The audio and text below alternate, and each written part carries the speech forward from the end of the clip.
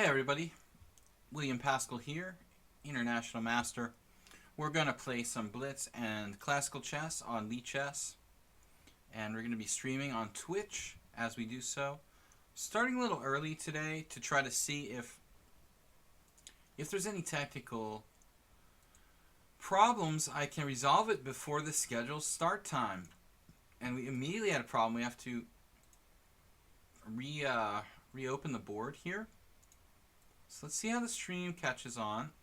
Because lately I've had to start streaming twice a lot of times to get it to work. So let's see if that's the case. I can kind of avoid any issues. Well, it looks like it's good. We are streaming right away. It's very sensitive, my broadcasting software, but it looks good. So we're going to get started 5 minutes early today, guys. Why not? I'm in a good mood, feel good. Got some challenges on the way already from two of our regular contributors, Saddest Gladys Troll and Keister. Saddest Troll is challenging us to chess 960 and Keister to normal chess. Guys, if anybody is interested in chess 960, I'm willing to play basically 2 games every stream of that variance. So if anybody else wants to additionally play 1 game chess 960, the challenge is still open. I'm going to get started here, guys, with this game with 960 or Fisher Random, if you prefer. My rating up to 2069. I just hope I can live that long. Alright, so Sparkle Horse, Saddest Troll, 2069. We're going to play d4. Saddest Troll, what do you think? This has a lot of potential. I mean, it gives the rook open lines, the queen. We've gotten a possibility of developing the knight behind the pawn. And he's got this Dutch-like answer, kind of combative answer. So I like g3 here, getting the fianchetto going, holding up f4, kind of creating like a blockade square. And this setup reminds me of the Dutch, and for good reason. I've got the d3 squared knight going to d3, very good in the Dutch. Fianchetto bishop. We are going to have an issue with the g1 bishop, so I have to think about that. He's immediately solved both his bishop problems. I'm going to go carefully here. Things may be more difficult than I anticipated. If I can get in e4, he would take and play d5 with tempo, and that kind of creates problems for me. So e4 just looks a little premature. Well, I could take with the queen. The queen was developed quite early there, with a mate threat on b7, and then forcing like knight e6. So actually, let's get there. It's kind of an interesting position. Open early, not usual for me and the Saddest Troll to get like open games at an early stage in chess 960. Angry Bookworm, my webcam should be working. I forgot to thank you for reminding me. Forgot to update it. Thanks, man. Yeah, so got carried away there. Forgot about the webcam. No, it's good. Sorry about that. Should see it in just a moment. Welcome everybody. We're streaming Tuesdays, Thursdays, Fridays, and you can see my happy face now. But I did have a hallucination here. I did have a little hallucination here. I'm thinking that e4 might not be exactly all it was cracked up to be. And black should be able to equalize the game. This move d5 is best. Yeah, for some reason I convinced myself he was going to play knight d6. I don't know why, but clearly this move is superior. Queen e2 here. I would like to play f4, but it might cede an important square. C-D-E. Cede an important square at e4 for the opponent now. c3. Reinforcing my center. How risky is this? It looks like black has a good solid game here.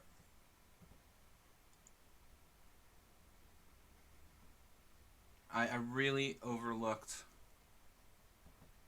d5. But still, it's a little tricky. I have enough pressure on d5 that it may be difficult for Troll to play e5 without dropping that pawn. So, I don't know. It's kind of balanced. But he's got to be careful he doesn't end up backwards along the e-file here. Stefanos, welcome. So again, we're focusing on that backwardness on the file. Don't think 97 is going to change it. Kind of, we could do like a symmetrical stonewall approach here. I could even bring my rook over to e1 if need be to further pressurize the d-file. Of course, my king is not that safe. Having played c3, I have to be a little bit thoughtful about the king position. And castling, you know, well, my king is safe enough, but my rook is having trouble. So I'd like to castle to get that rook in the game at least.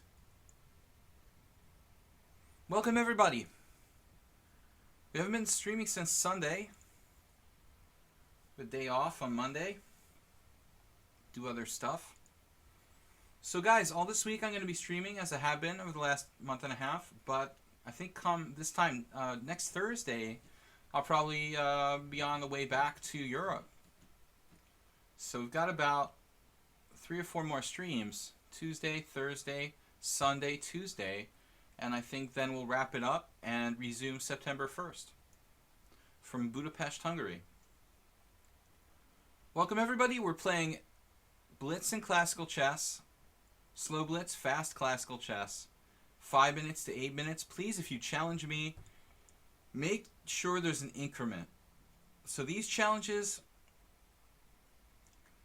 they're okay, but I don't want the increment to be too big if it's going to be the maximum time. 8 minutes is the maximum time I'm going to play. So 7-4, 8-3, 8-3.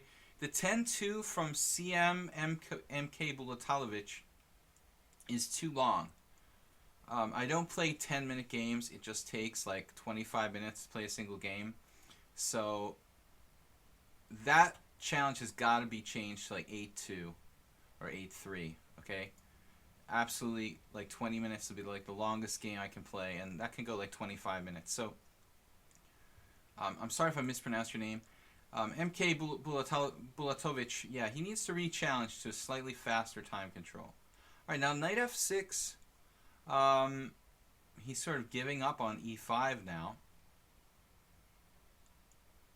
Not giving up entirely, I would assume, but I guess we're going to develop here. Tempting to go to e3, actually. It's such a good square for the knight. Maybe we can get away with that. It does seem odd to block our queen, but I mean the square itself is much more active than the d2 square. We could follow up with f4 or f3 depending on circumstances. I have tactics like knight e4, knight takes d5. I was thinking knight fe4, knight takes d5, undermining the knight in e4. That's kind of a cool shot. And I guess the same thing applies to the other knight. Knight d4, knight takes d5, and we pick off a pawn. So it's not easy for black here. Lonely Wolf, what's up? 7 challenges. I started like 5 minutes early, Lonely Wolf. That's what happened here.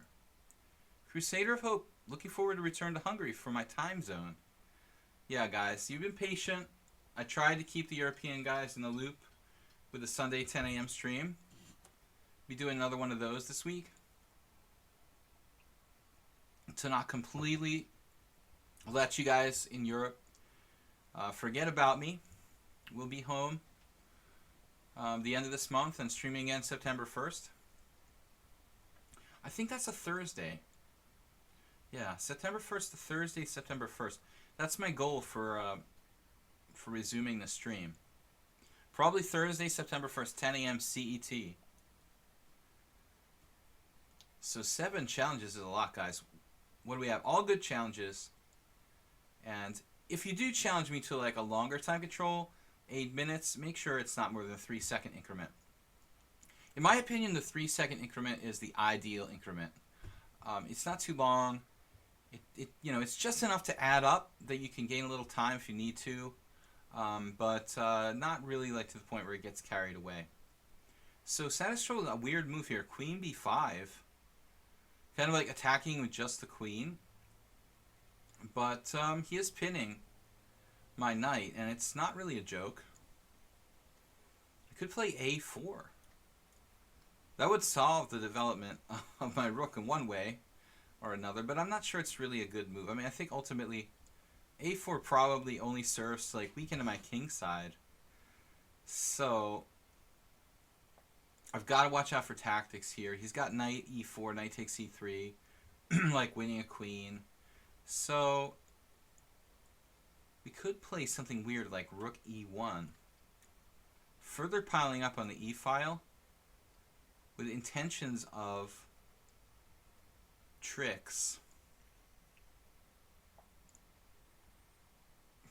based on what am I intending here? Rook e1. What am I gonna do if knight e4 there? I could have problems. Probably not though. All right. I can do this.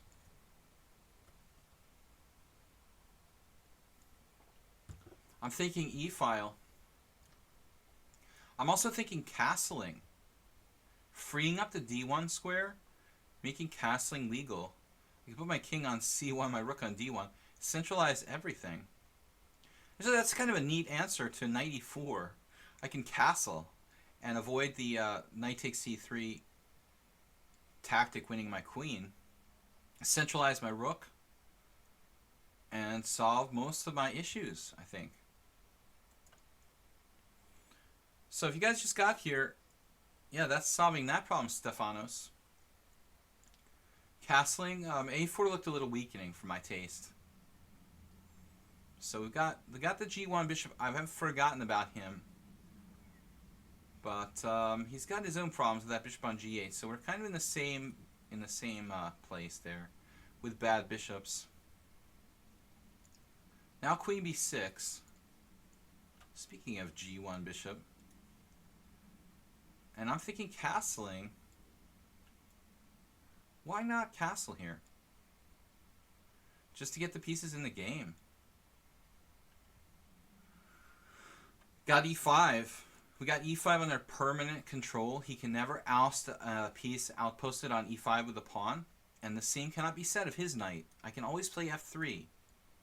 So I think that gives me kind of strategic long-term advantage. Black also cannot castle. He's doing the same thing as me or something similar. But I'm not really concerned about e5. I don't think that's a threat here. I think I do need a kind of plan. So f4, I prefer not to play f4 if I have the option not to do it. Knight f4 is interesting, but the piece seems like it's playing such a key role controlling the center. It'd be better for me to somehow just kind of increase my control of the center without really committing myself. I thought another option is queen c2, kind of chasing his queen.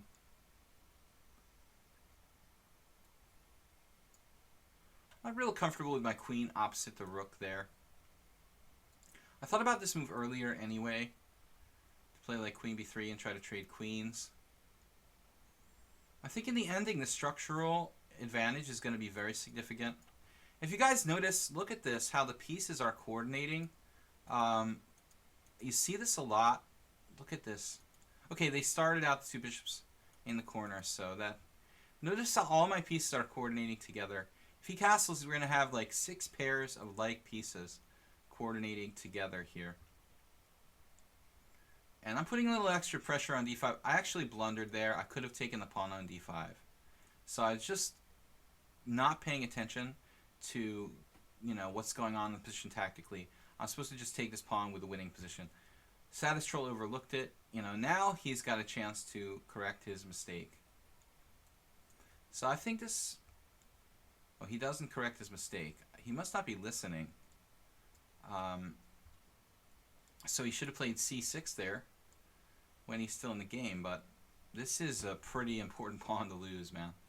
So I don't know. Maybe he's got a trick here to win it back. I thought that's the wrong way. My b3, well, actually e7's hanging, so yeah, he can't play c6. Okay, he couldn't play c6. That's the problem. So knight takes e7 check would have been too strong. Now knight back to e3, or knight f4. Knight f4 doesn't seem really as safe. So like pieces coordinate really well. They don't interfere with each other. Okay, a little bit of overlapping with the rooks there, laterally. Hard to avoid that.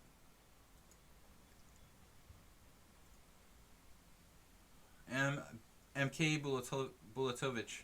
So many folks are interested in learning something new from a player like you. Good evening, nice stream. Thanks, man. So, well, I'll do my best to teach something new. But I hope what I do, you know, teach is correct. Let's see. Now, I mean, f4, I think f4 kind of has much more going for it now. That he doesn't have like a d5 pawn and good control of e4 and the opportunity to turn that into an outpost. That really makes f4 all the much stronger, I think. Before, when the pawn's on d5, he can put a knight on, or two knights pointed at e4. It feels a lot riskier to give him that square forever. But in this position, I think now is the situation where we think, you know, I think we should start thinking about like simplifying, where a clear pawn up with a better structure. And okay, in this instance, I'm allowing him to like double my pawns, but they're already doubled. I mean, this is already doubled. I bring a pawn to the center, and we're good to go. We're up a very valuable double pawn, a central double pawn. Closer to the center now, more effective, more valuable, and everything's working. Looks like a lost position for black. This c5, very cramping move. That pawn is going to be like worth any healthy pawn any day, and now he's kind of dissolving. Bishop takes c6. Troll just collapsing in time pressure. That's another pawn. That's two pawns down. And interesting test now. I think one thing, you know, you've got to be careful with, guys, is making concessions when you're winning. Don't give anything to the opponent, you know, unless it's absolutely necessary. So here, my white squared bishop is a pretty valuable piece. I really, really don't want to give that guy up. So I'm just going to simply play bishop a4 here and keep the pressure going. The temptation is to trade pieces. I think it would be okay, but I think it's better to keep all your advantages. Two pawns, sometimes not enough to win. Thanks to the game troll, so we got a whole lineup of challenges here.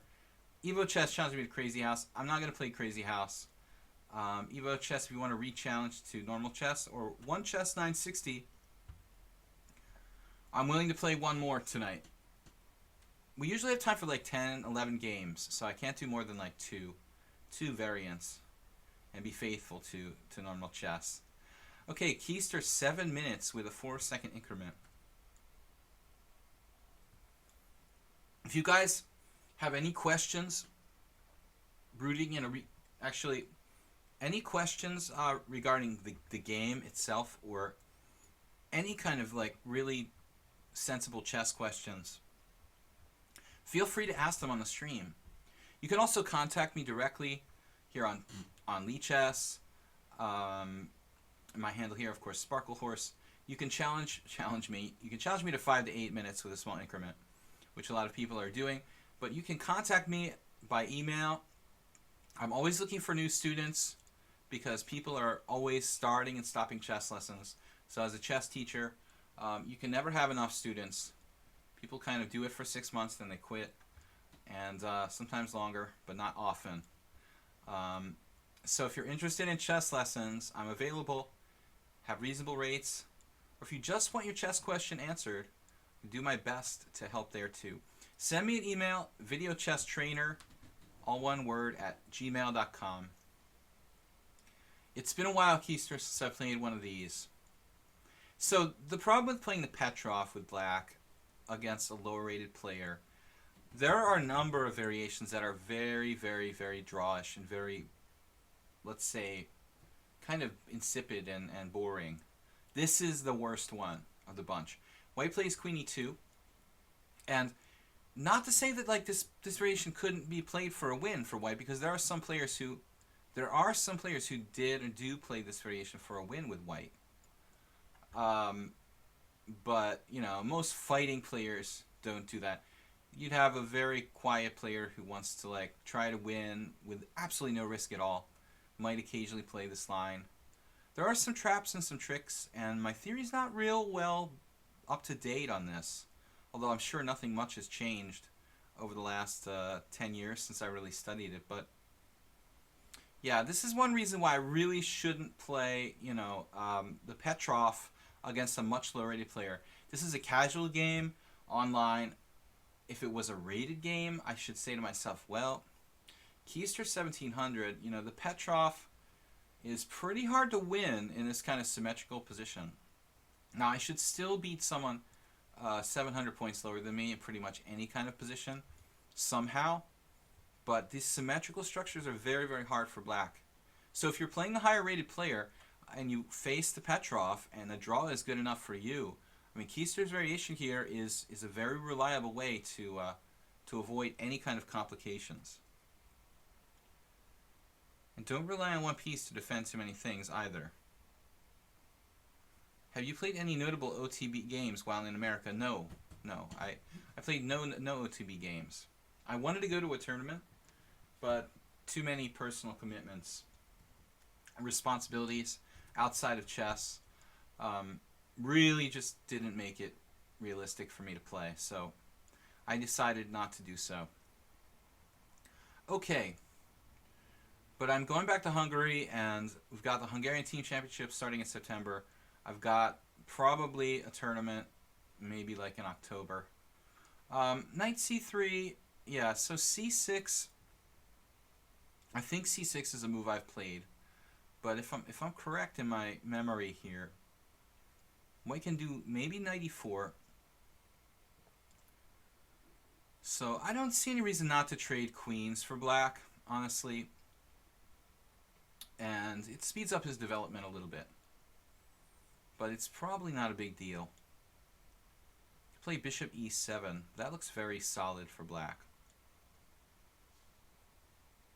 I want to just get castled quickly. I have experimented with c6 before. And there might be more accurate ways of playing this for black. But objectively, it's really drawish. c6 weakens the structure a bit. I just remember there's some variations like queen e2 and knight e4.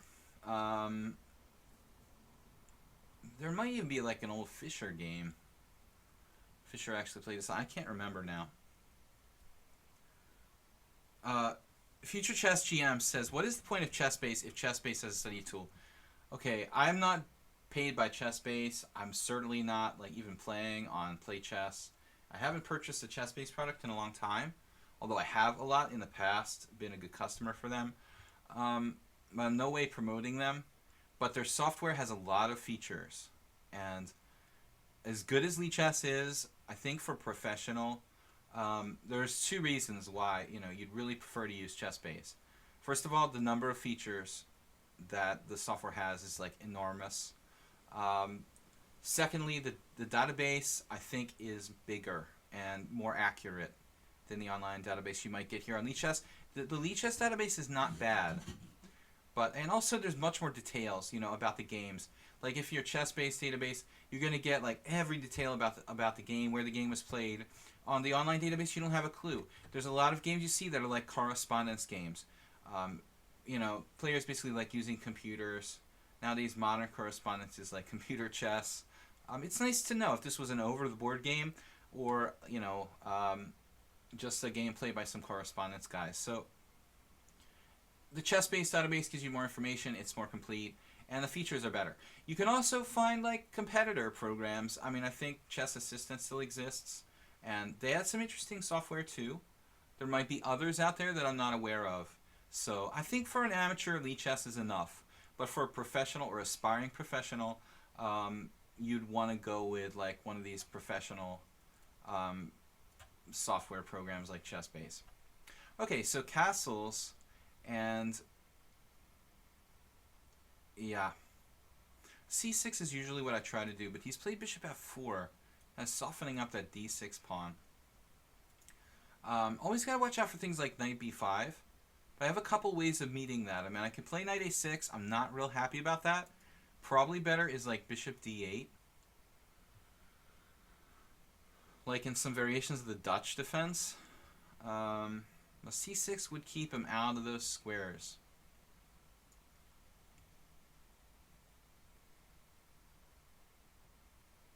Not a very exciting position, guys. Saltigo says, been a while, been watching the Sinfield Cup. Okay, guys, got 3 hours of round 9 to watch. No spoilers. Oh man, we can't tell you what happened at the end. Okay, guys, try not to look at the screen, Salty Ego. I can't promise people won't give you spoilers on a tournament that's been completed for a few days. That's like asking a lot. But I did see the results. I looked at some of the games from the first half of the tournament. I didn't see the games from the second half of the tournament. But nothing in this tournament surprised me, basically.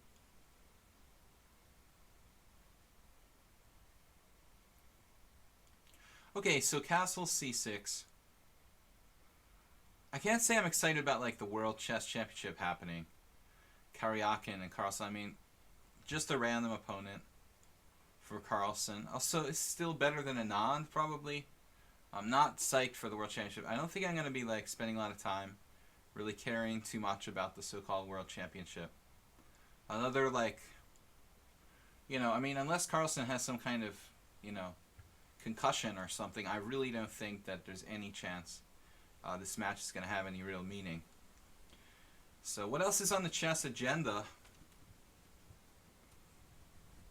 for you guys? Guitar Player Bros, just realized you made your challenge 7 plus 6. Oh no, yeah, that's too much, dude. Where are you? 7 plus 6 is too much. Please re-challenge, dude.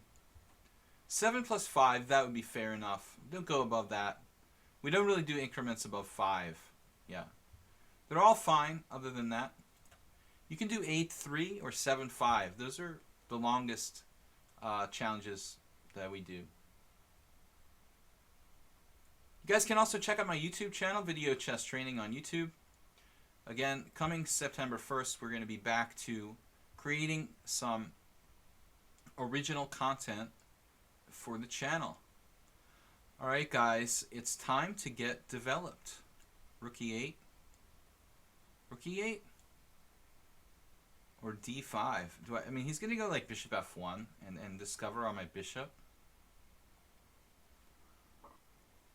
Is there any concrete threat here? It looks like knight e4 is sort of a problem.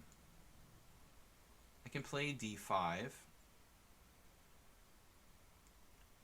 I don't see any problems with d5. Bishop f1, rook e8. Looks good enough. I don't want this knight coming into e4. Maybe Keister missed his chance to play that earlier. The structure is solid for black. There's no discovery on my bishop.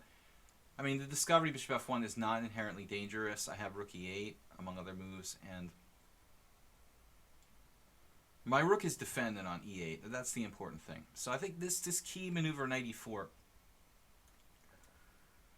Keister did not employ. That usually is the only real dangerous kind of thing that white can do at some point. Whereas if I take, if he had done that last move, I would take, he would take, he would have pressure bearing down on the d6 pawn.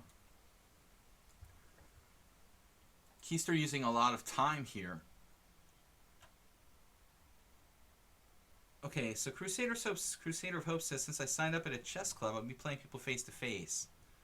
Yeah, that's awesome, man. I mean, there's nothing better than... I mean, I don't mean to just be old school and, you know, I walked uphill, man, and to school both ways, and that's the way it was in the old days. But there's nothing like, you know, there's nothing like playing real chess with a real chess set with real people. I mean, the internet is great, but it's still not a substitute for the real thing. Okay, and I don't think it ever will be, you know? Unless we can develop virtual reality to the point where it's almost the same thing as next to reality. Alright, so d4, giving his bishop an additional square here. I wonder about bishop g4 for me. Is that something I should think about? It is my bad bishop. I don't mind trading it off. So he'll do something like knight e5 probably, and I do need to get that piece out. Bishop f5, probably not as good, because well, there is an interesting move here I overlooked. I don't know about how dangerous it is. Wow. Bishop g4. Keister, you had bishop a6 there, which was very, very awkward for me. I totally missed it because you gave yourself additional squares. After bishop a6, I could have been in trouble. Bishop a6, knight takes a6, rook takes e7. And it's impossible for me to defend the b7 pawn with a piece. That was definitely an oversight by me. So I thought I could just be like super solid here, but it looks like I'm kind of helping him out. Now knight takes surprised me, but the knight is kind of boxed out by those pawns. I was more concerned about him doubling rooks on the file. So this way, he also has a path over to the king side, like there. Knight h5 is an interesting move for black. Knight h5. What's he gonna do? Maybe too fancy for me though. Something like rook e8 and g6 and knight d7. How am I gonna meet this move? Knight e4.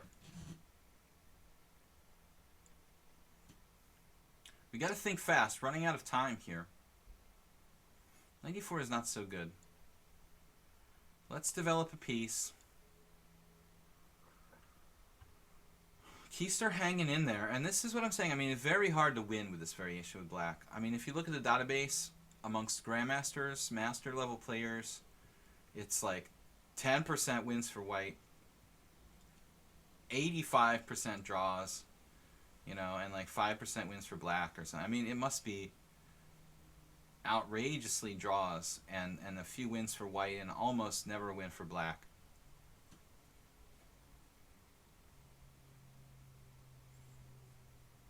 Does anybody know if you can add comments on ChessBase? Of course, of course. No, I mean, ChessBase is a really great program.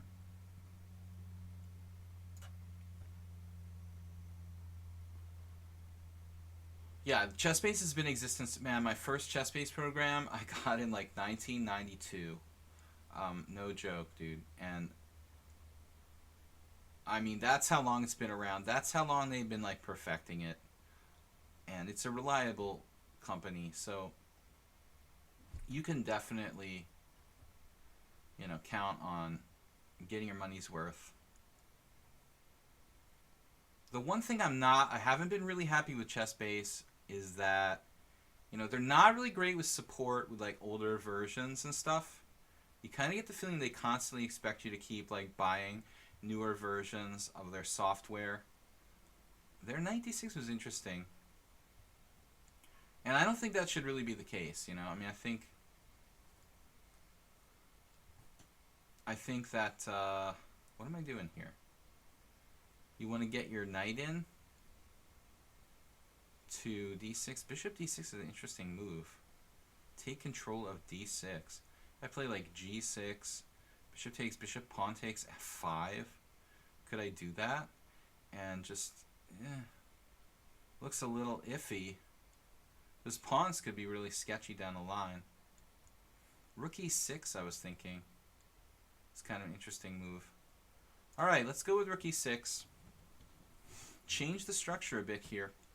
22 seconds. Alright, bring our king a little closer to the center.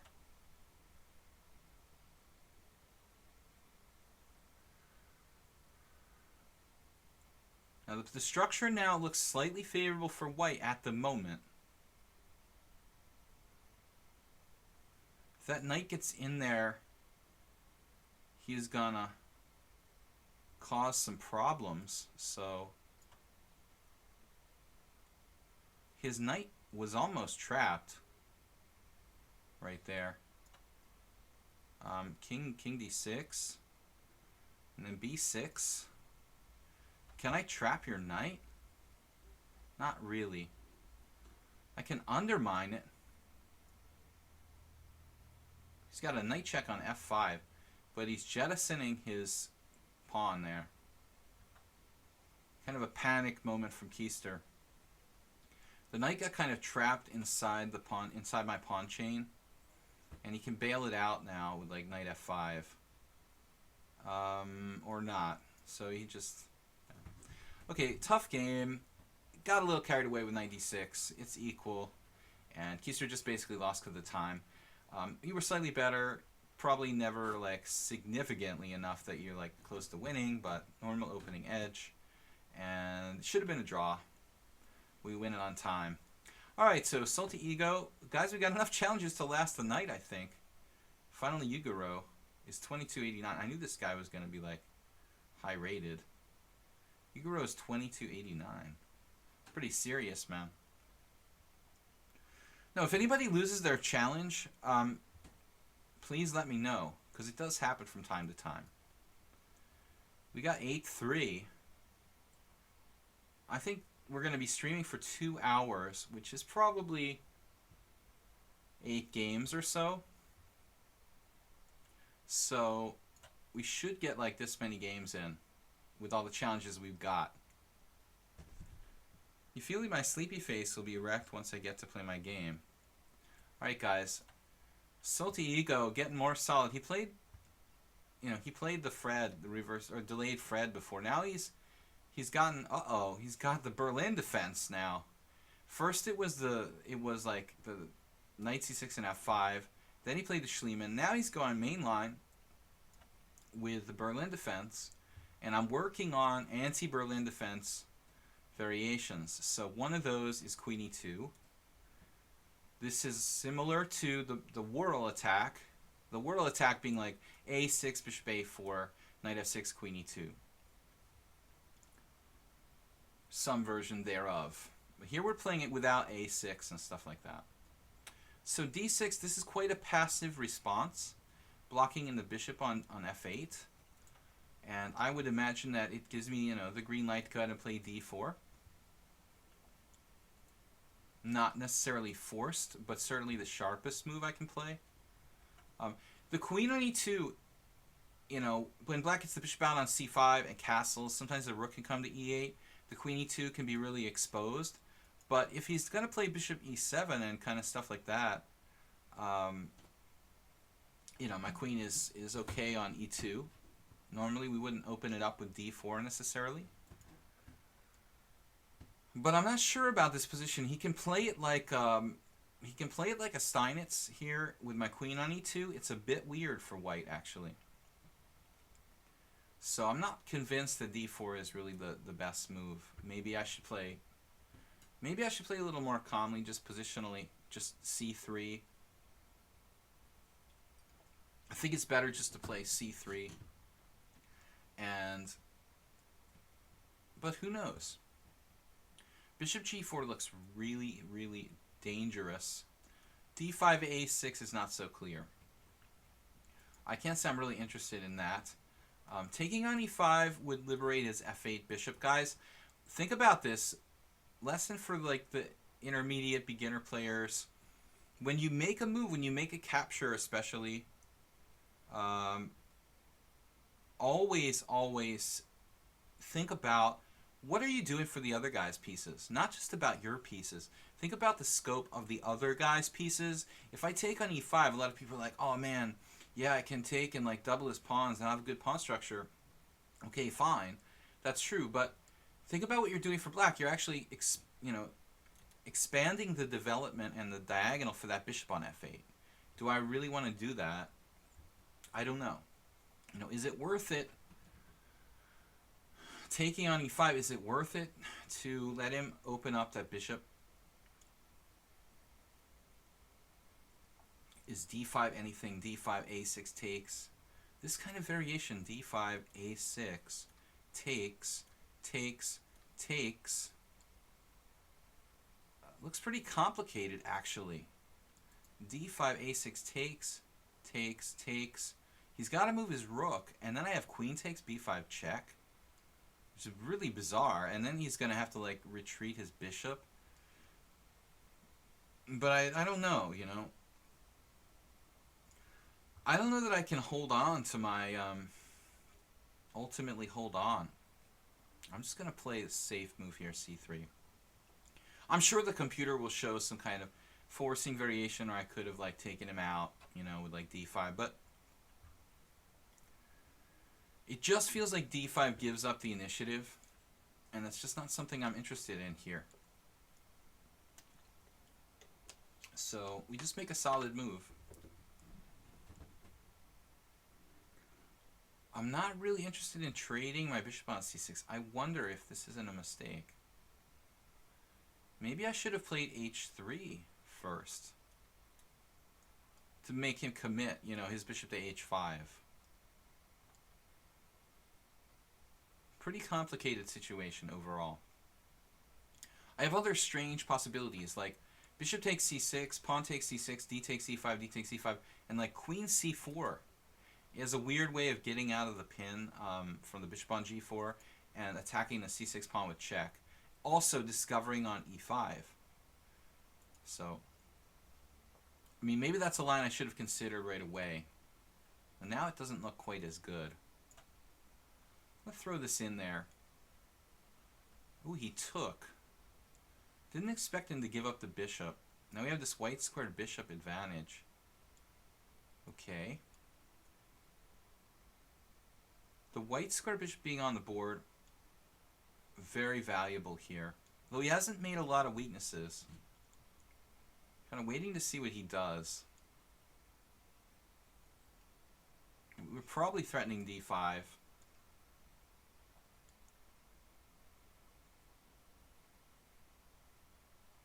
But again, bishop on e7, very passive. So he plays a6. Now I'm looking for ways to maybe sack a pawn. Is there any way I could sack a pawn? Something like bishop c4. Pawn takes pawn, pawn takes pawn, knight takes pawn. It doesn't look real convincing. So I think we're going to have to just play the structure as it is right here.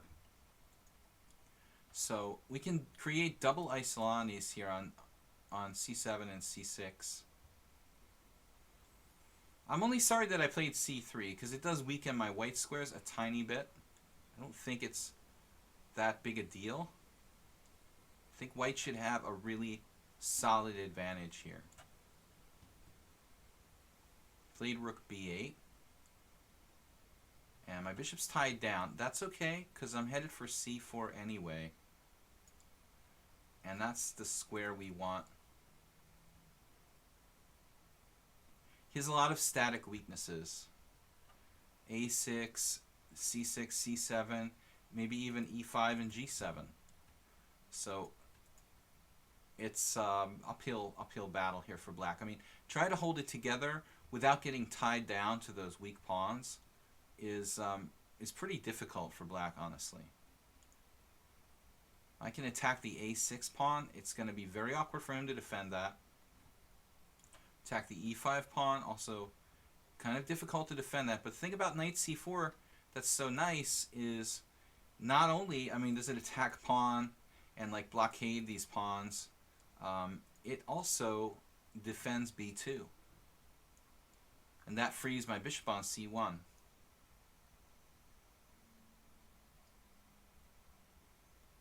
By the way, guys, I do try to upload the streams. What was the opening black played? He played the Berlin defense, but I played an unusual move for queen e2.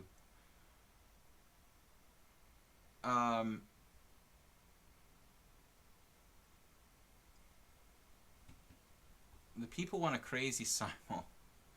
Evo Chess, you seem like you're very into crazy. The people. Many people in the history of the world have spoken for the people.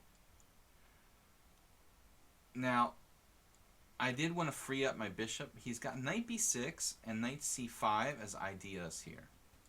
One move I have is rook d1. I think I know what he would do in that case.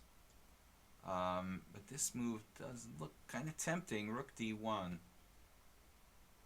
Going to the file. And I think that might not be the right way to go. I mean, queen c8, I'm kind of thinking, you know, inhibits the rook less and defends a6. So my vote there was for the other queen move. Queen c8. We have knight a5. Alright, you are defending the c6 pawn, so we've got some value in that. If you want to play a really fancy move here, you could play bishop h6. But I think that might be a little too fancy. Not a crazy idea, though. Knight b6 is knight c5. These are his ideas. I could play a number of moves here. Looks like we have a nice big advantage. Queen g4, knight f6 is kind of a problem. Bishop e3 looks like a solid developing move. Kind of vote for bishop e3. Yeah, I think I'm going to vote for bishop e3. I mean, just developing a piece looks pretty good. Its only drawback would be like weakening the mobility of my queen a little bit. Now he's got this diagonal for his queen, but he's also protecting e5. Does weaken his king side, give his rook the f7 square. Time's slipping away, and Sultan goes pretty fast. So I kind of need to speed it up a bit here. Thinking about a move would shake it up. Queen g4.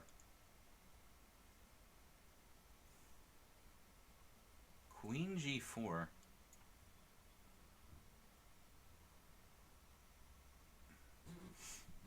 Kind of primitive. Okay, so now I was hoping that, you know, I just had some kind of simple advantage here. That would be enough. Like take rook d7. Bishop takes. Queen e6 check. Unfortunately allows queen f7. Maybe, yeah, he's got knight a4. I think I'm going to have to cash in my chips here for like a slightly better ending.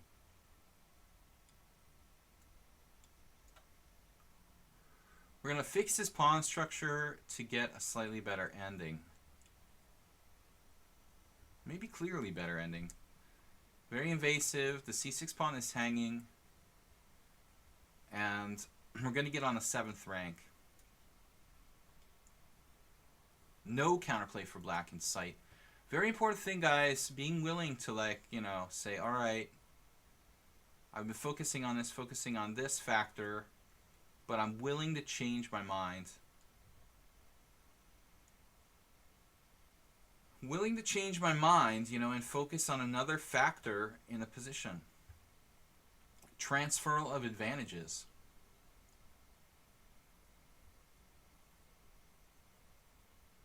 And I'm not sure how much I've got here. Salty Ego hanging on. Not sure I've got enough to win. I mean, by all rights, white is clearly better, but is it enough? Did I allow too much, you know, compromise when I fixed his pawns there? Did I get enough value, you know, for what I gave up?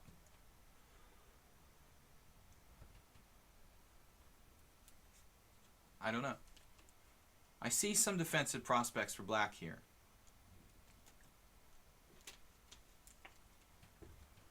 I'm already thinking endgame. I'm already thinking king, you know, approaching the center. We've got a better bishop. Pawns on the right color. Most important, e4 pawn being on a white square. His bishop is a little bit blocked by his pawns.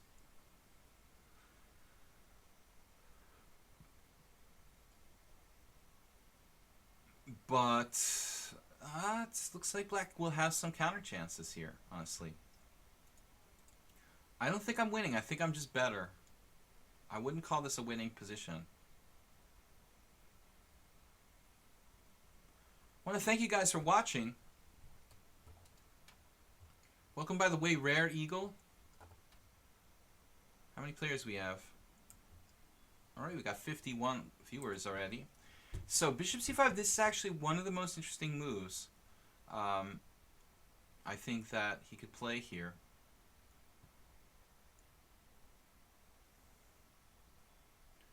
Certainly the most forcing.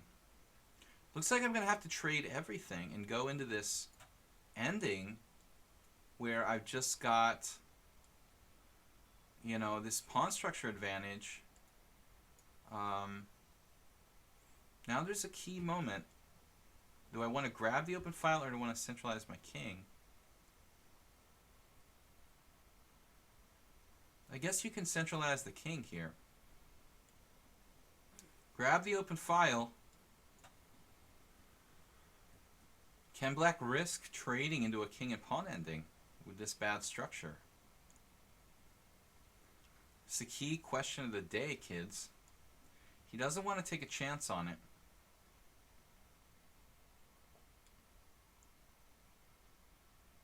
So, fine by me, man.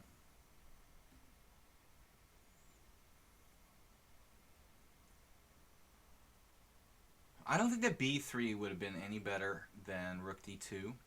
He just can play like c4, sack a pawn. Like, I'd rather keep the pawns where they are. Maybe open a second front. But I really want to get my king over here to where I can defend my queen side.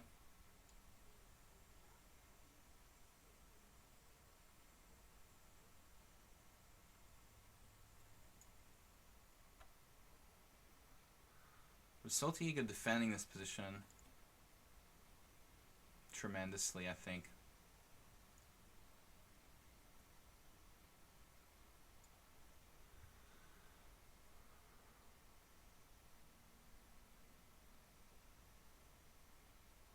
Kind of at a standstill now. Looks like he's holding on.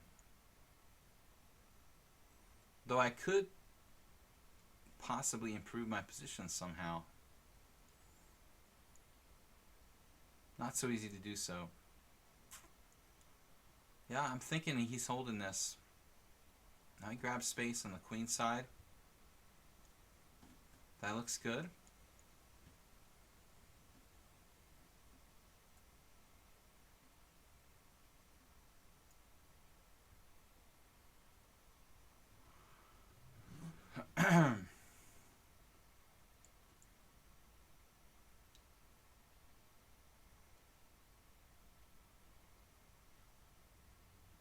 Very well defended by black.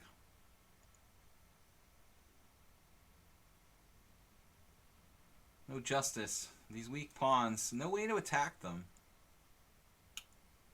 Would offer a draw, but you know, if it was a draw, better than me. Well, thought it would be instructive to play this out a little bit. It probably is a draw. You can play a little bit, a few more moves. Hard to argue that this isn't probably a draw. Yeah, I think it's a draw. I mean, if it was a king and pawn ending, there might be some tricks. But, good game, man. Alright. Unable to make progress there. We had a beautiful position. We allowed too much simplification with bishop takes b6. And bishop c5 was a good move. So, we helped him out, basically. Stefanos. Most cases, rook endings are drawn. But here, black has this bad pawn structure. Well, there's the time pressure. I mean, I probably could have tried to push him over on the clock somehow, but he's a pretty fast player, too. If it was a rated game, believe me, I would try. But I don't think I would deserve to win if I did. Let's try something a little different. I've been playing a lot of queen takes d4. I play the accelerated dragon with black very often, and I've been playing mostly queen takes d4 on the stream. But of course, knight takes d4 is like the main line. Now he played knight f6 right away. I can't play e5 because of queen a5 check. That's an important trick. This is actually a pretty rare move order by black, because normally black plays like knight c6 or bishop g7 there. Now there is a line, knight takes c6, b takes c6, e5, and black should get enough counterplay there. So we'll transpose to normal.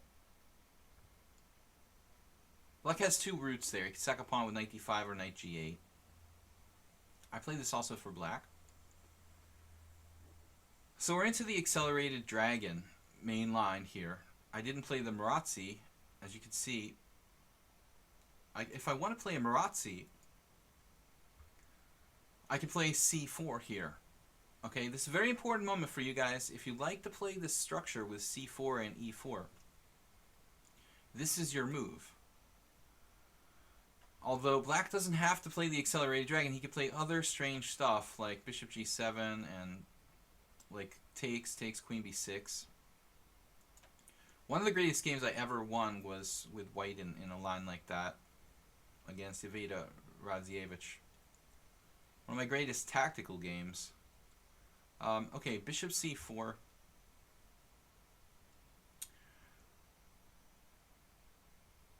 To be honest, I felt like I had the edge, but I was afraid of making a mistake. Well, I don't think there's any edge for anybody there. It's really like a draw is just a draw. The computer might spit out something like 0.05 advantage to black because it calculates you have more space with those doubled pawns or isolated pawns, but objectively, I was kind of hoping like you would play a3 at one point, and I was going to play like b3, which I thought would be a surprise, and maybe the a pawn gets weak.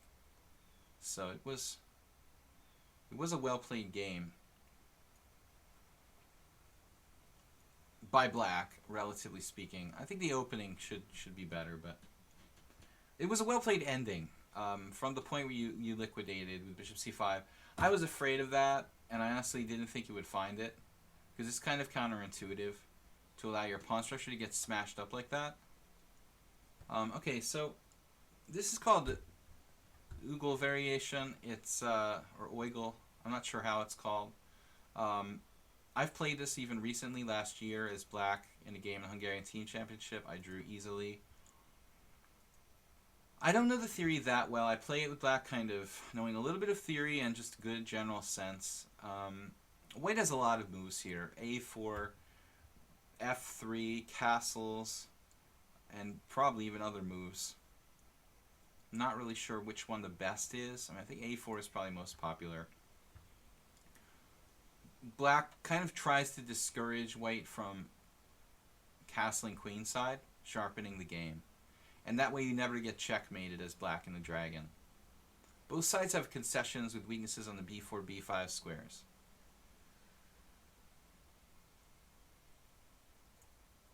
Salty Ego says, in our game we both played no inaccuracies, mistakes, or blunders. That's hard to believe, man. I mean, I thought in the opening you definitely made some kind of inaccuracy to allow that pawn structure.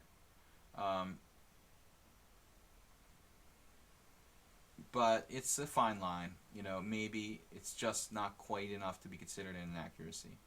I thought white was almost, you know, clearly better. But I guess it just wasn't any, like, really bad move by either side. A4, it's kind of, I think, kind of like compromising. I don't remember the theory well enough, actually. I think castles is the sharpest move for white, but I rarely, if ever, have played this for white. And mostly I've been playing black, so it's not up to me. I know the lines with castles are very complicated, and oftentimes involve, like, black's sort of like playing a4 and then grabbing on e4 and white playing knight b5, and the position gets super, super complicated. I played a game with Samson Nisti, like the Finnish I am, years ago, where I knew the theory at that time back in like 2006, but you know, it's been 10 years. I mean, since I studied this for black, seriously. A4. So, after a4, I guess the recommended theory is like knight g4 or something. If I'm not mistaken, I think this is a line. Knight g4 takes, knight takes d4. Like queen h4. And like rook a6 or something weird. But, I always prefer to play, like, for black more, like, straightforwardly. My friend, the late Alexander Wojtkiewicz, grandmaster who lived in the U.S. for many years, although he was Polish, or actually, he actually was Latvian, but he had Polish origins. He often played this kind of stuff with black, and he could play very simply like d6, knight takes d4, and I think bishop d7. So I saw him do that once. I was like, this is an easy solution. I mean, these lines are very well known with like knight g4, pretty complicated. I remember like Nesmedinov winning a fantastic game in chess history with white, I think, in that line, but I don't know what Stefanos is spending a lot of time here. I mean, a4 is probably the least complicated move. f3 and castles are far more tense than a4. Anyway, congratulations, Salty Ego. I think that's the first game he hasn't lost against me, which is surprising that he's like 2100 on lichess. But he plays, you know, crazy openings, and he plays, you know, without any, like, and he doesn't try to draw. He doesn't play for draws, so it's win or lose, mostly. b6,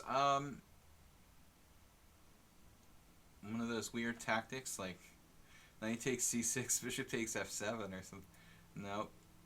b6 is a rarely played kind of idea. I think it looks like might be okay for black to get the bishop, you know, out. Excuse me. Bishop out to b7. Although I would think that I could just play f3 with impunity in the very near future. Maybe black's thinking about d5. Alright, let's just castle. I mean, taking on c6 looks really lame. Bishop a6, although it looks aggressive, probably just forces my rook to a good square. So I don't think that I would vote for that move for black.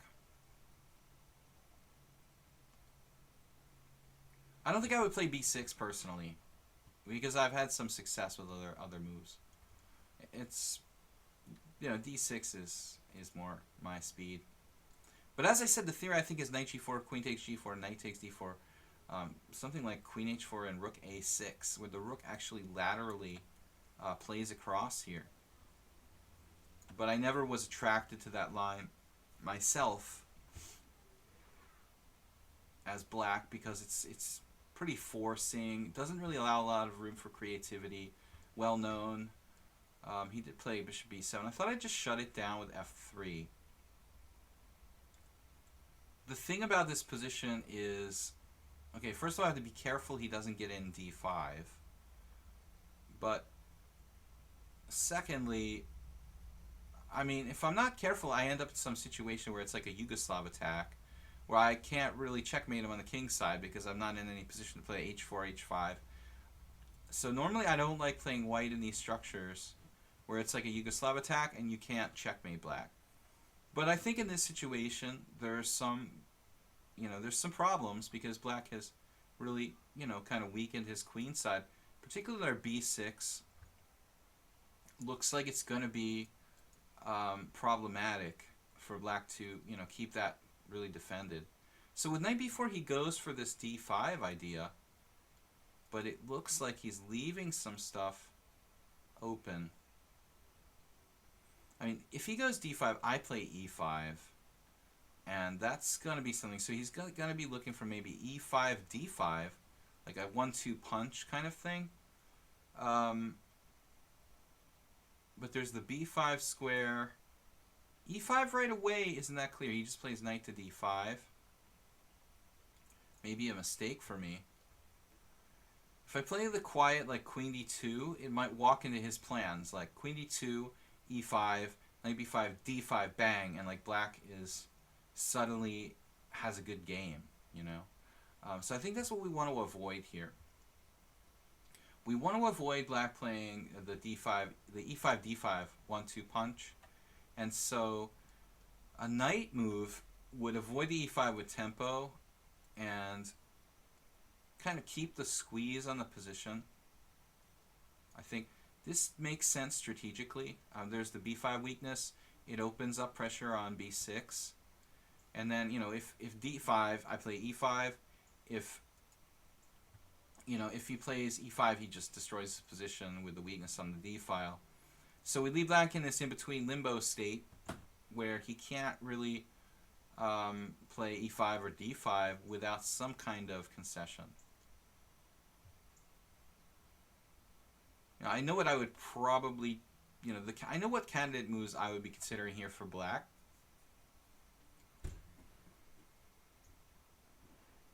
Also have some interesting plans, like sometimes a classical dragon. You can do like rook f2, rook d2. There's definitely some similarities with some of these positions that could arise in other openings, other lines. Kind of like the white side of the English, we're playing black and we're like playing f6 sort of setup. Yeah, I kind of feel like I'm playing a solid defensive formation against like the English opening where he's doing this like double fianchetto. We don't have the classic attack, but we have good control of the center, a good structure, and it goes d5. Now, we can look for tactics, but it just looks like a no-brainer to me. We got, wait a minute, 1, 2, 3, 4. He's got 1, 2, 3, 4. So that's not enough. All of his pieces. So we shut him down. Play e5. He's shut down now. This d5 pawn is going to be blocking all of his pieces, hopefully. I want to keep that, the way it is, basically. He's shut down at the moment. Now f4 is more or less forced. When black is gonna have, he weakened me a little bit. He weakened my structure a little bit. I didn't mention knight takes d5. I don't think that was really dangerous. He's gonna have to weaken his king side if he wants to play f6. This is gonna significantly. Well, actually, it's not really playable here because of knight takes d5. So the diagonal is pretty significant. He's He's doing the best he can. I mean, knight c5, trying to knock out my powerful white squared bishop is a good move. Maybe looking at knight e4 sometimes. But he takes pressure off of e5. So I'm not that worried about that problem. So the position just kind of becomes more like a French, if you will. And now what I'm interested in is improving my position. The rook d2 idea is still interesting. I've got to watch out for rook f2. I've got to watch out for knight takes, and like if I do queen e1, he's got take takes, knight c2. Queen e2 looks like a normal move, but could walk into stuff with bishop a6. I'm going to do this move and see what happens. I need to make a decision. Look at his time, though. He's got 10 seconds. All right, now I don't mind giving up my bishop pair, guys. I don't mind giving up my bishop pair. My remaining bishop's still good. He's got this weakness on b6. Yes, I have double pawns, but I have just pile driving pressure on this line here. Obviously, you know, he's ready to play e6. Okay. I don't know if I had anything fancier I could have done there, but I've got knight d6. Maybe I could recycle the other knight around. Knight d6, is it doing anything? Yeah, it looks kind of awkward for black. Knight d6. Pretty awkward. He had to play that move because, you know, rook c7 loses to bishop takes b6. Then he's given up the c file. You know, I mean, just that alone, to me, seems like a huge gain. So, what are we going to do? He's going to probably play bishop a6 at some point. Maybe knight e2, knight d4?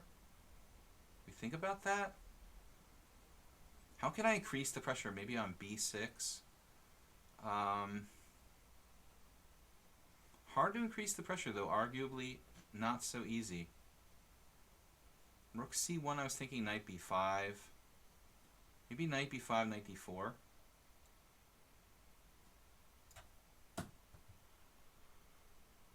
Well, he played f6, which is really aggressive. Probably good, though. Missed that move. Wow, this is really dangerous now.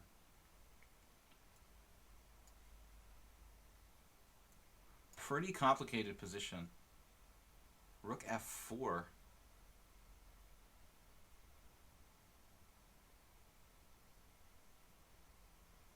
Rook f4. I don't know what he's doing with rook f4 exactly. Now queen f8. Maybe I missed my window of opportunity there. Okay, rook d4.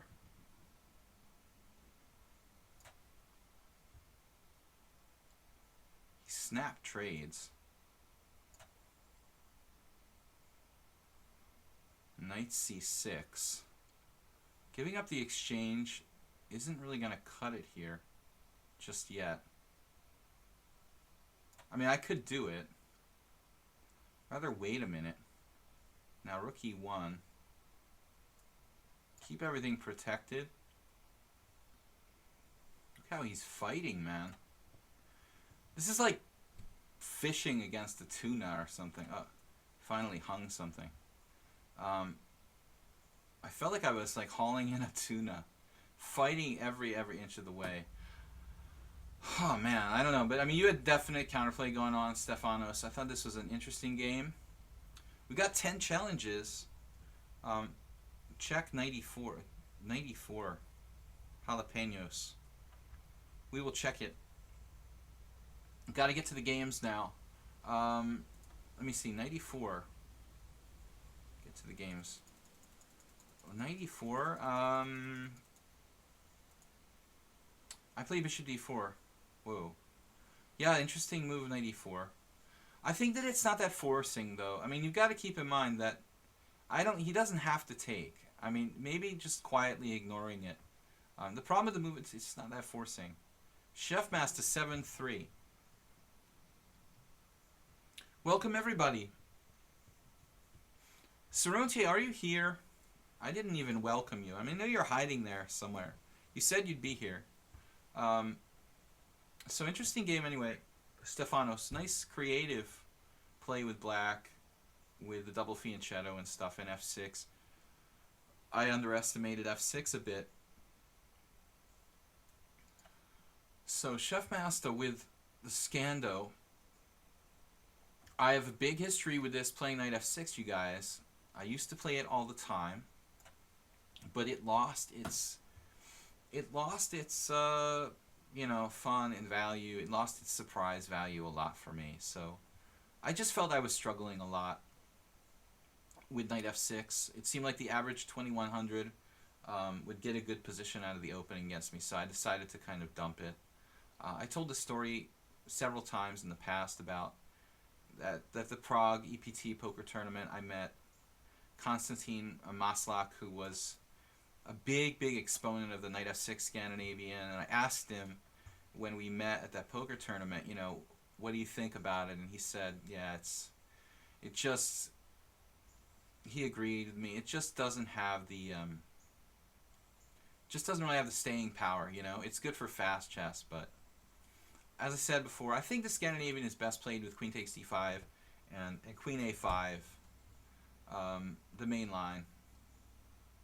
But there's a lot of players who still play queen d6. That's been heavily analyzed, and kind of tough for black now, so deeply analyzed. Tivyakov playing that a lot.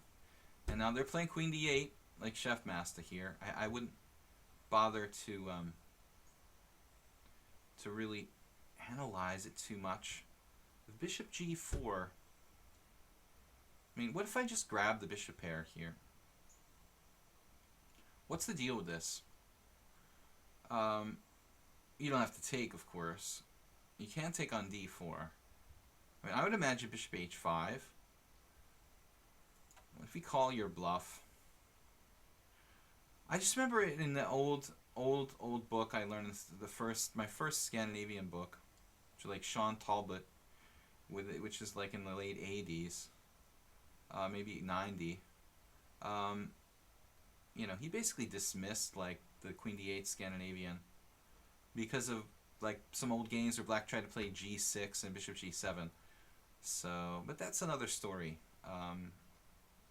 Now it looks like black is playing some kind of normal position where I've just got h3 and black hasn't played c6.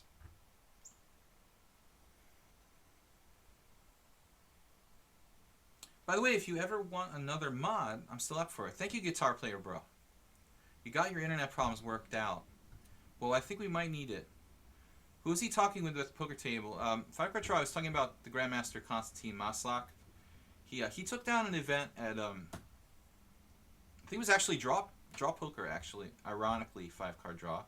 I think it was low draw at EPT Prague, and I was like, wow, it's funny. It's like one of the only other knight f6 Scandinavian experts in the world is at the same poker festival with me. But I just took advantage of the chance to ask him about, you know, what he thought about the knight f6 Scandinavian, because it was like he's one of the only like strong players who played that opening.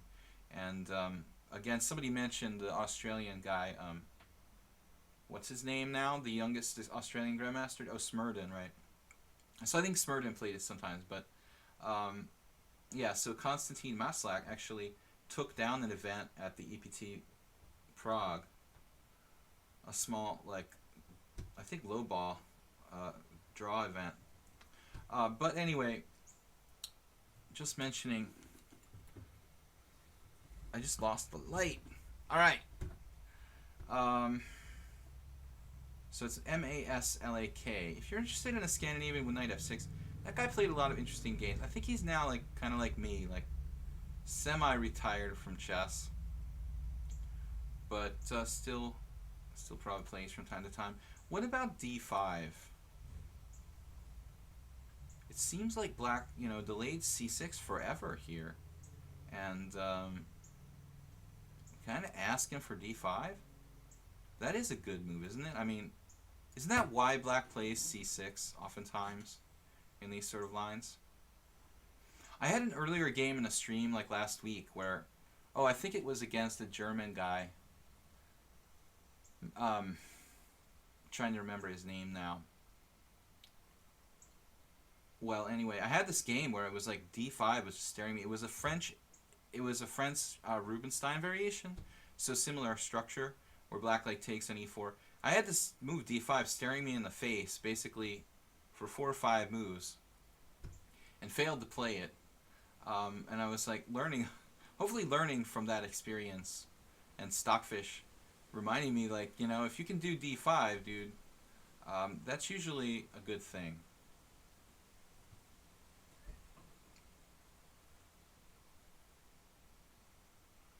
Guitar Player says, I played the Scandi exclusively against e4. Thanks to Bartholomew.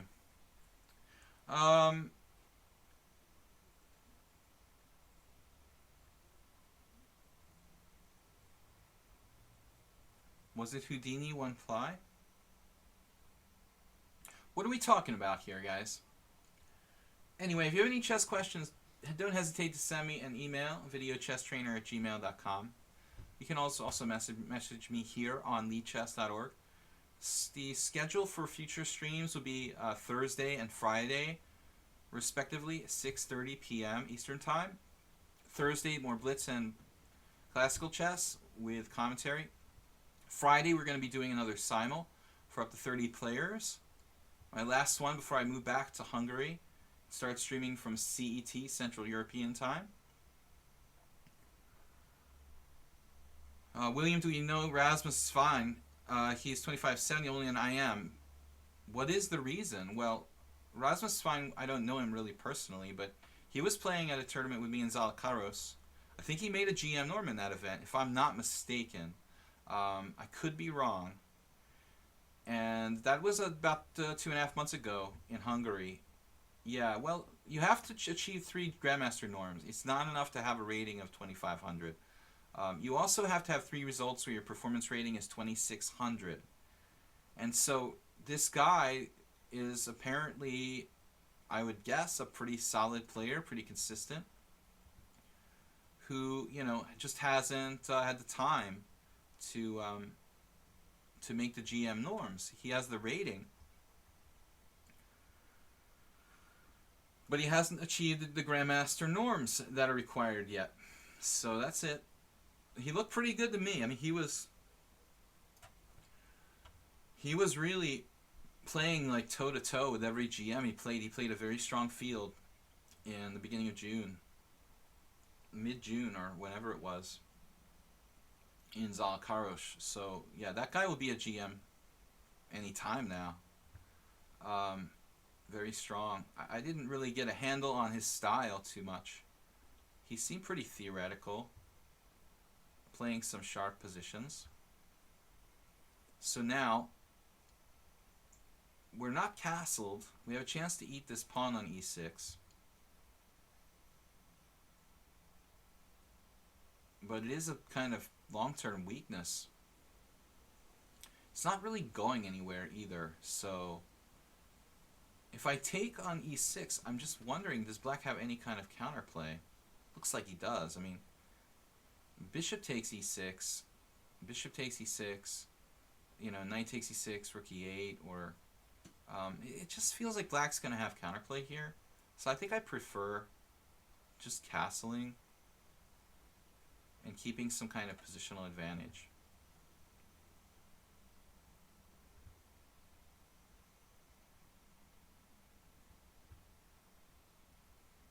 When you play with fish, you rarely have a losing day. Luck factor is low in 5-card draw. 5-card draw. Well, I mean, I think the only drawback with 5-card draw is the fact that it's, you know, there's not that many games, not that many players playing 5-card draw. It's a good game. The only problem with it is that it's not fashionable. Castles.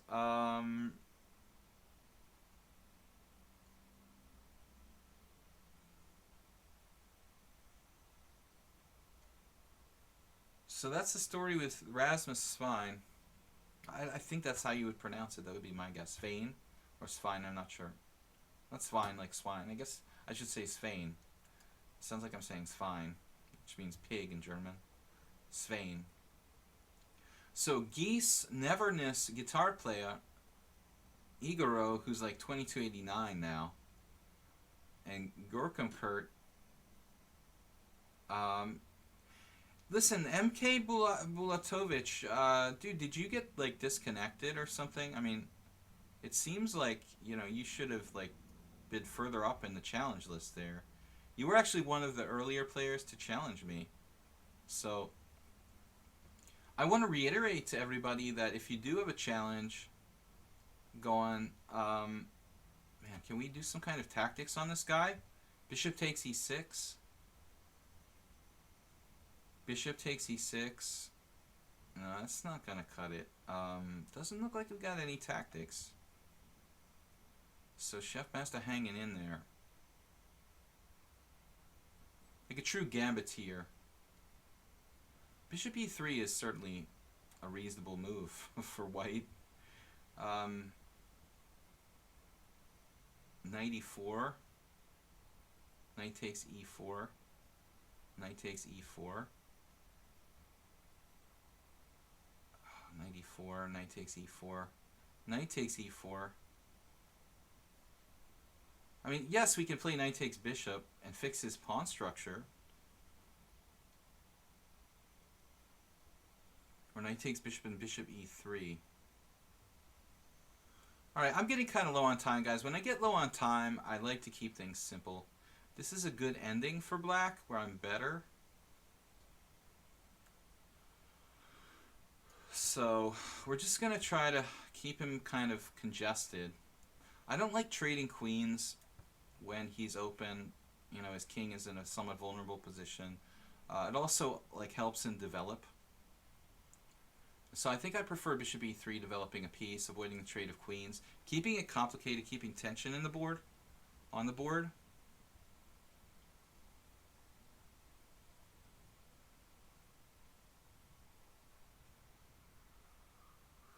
Yeah, I would imagine that's the problem, man. With 5-card draw, not enough players. Knight e4 here.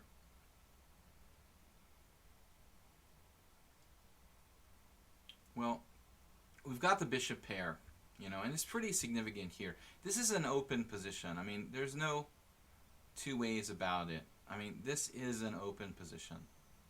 I'm thinking I could just grab that pawn on a7. I mean, this actually is kind of tempting. Is this weird move, rook d2. b6 is horrible for black. He could play, like, c5. Bishop queen b4 doesn't do anything. Rook d2 still it's kind of artificial for black. It's kind of greedy for me though. Why don't I just go central? Grabbing material, man. I mean, why do I want to grab that material? Let's take the d file away from this guy while he's still undeveloped. And I don't mean to be impersonal, Chef Master. It looks like you're getting close to brutalized here. Bishop f4. So nasty.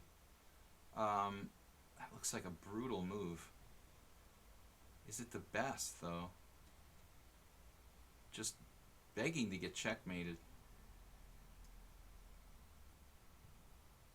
He's pretty short of time.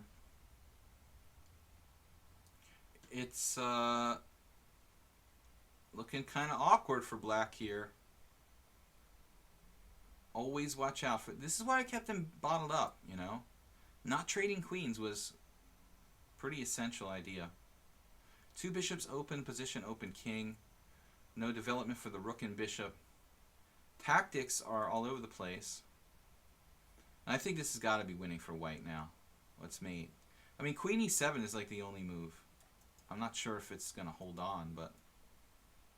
So... Chef Master, too open. Too open this position for black. Exposed king. Alright, man. Good game. We've got an hour and 7 minutes till the end of the stream. Bulatovic, tell me. Yeah, you were third on challenges, but you somehow missed me. It wasn't unintentional. You actually got knocked out because you got disconnected. All right, let's play this game. It's Bulatovic. He's only got 9 games. I really shouldn't accept his rated challenge, but I'll give it to him. All right, we've been waiting long enough. Let's go, man. I'm a little bit hesitant to play you because your rating looks kind of low. You know, you've only got 9 games, and you're probably stronger than that. So, CM MK Bulatovic. I would prefer to play an unrated game, but I'm not going to make you challenge me again. Probably going to beat me or draw me and gain some rating points. Whew, I hate bishop b5 check, man. Castles.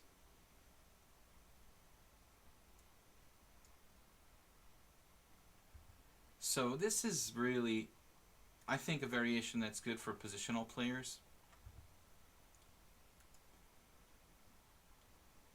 It's interesting though. I mean, you know, usually when people are e4 players, they like open games. So it really hasn't been until recent years that bishop e5 has become kind of like a main line, practically. And bishop a4 is, I think, maybe the best move for white. You know, bishop f1 is really studied.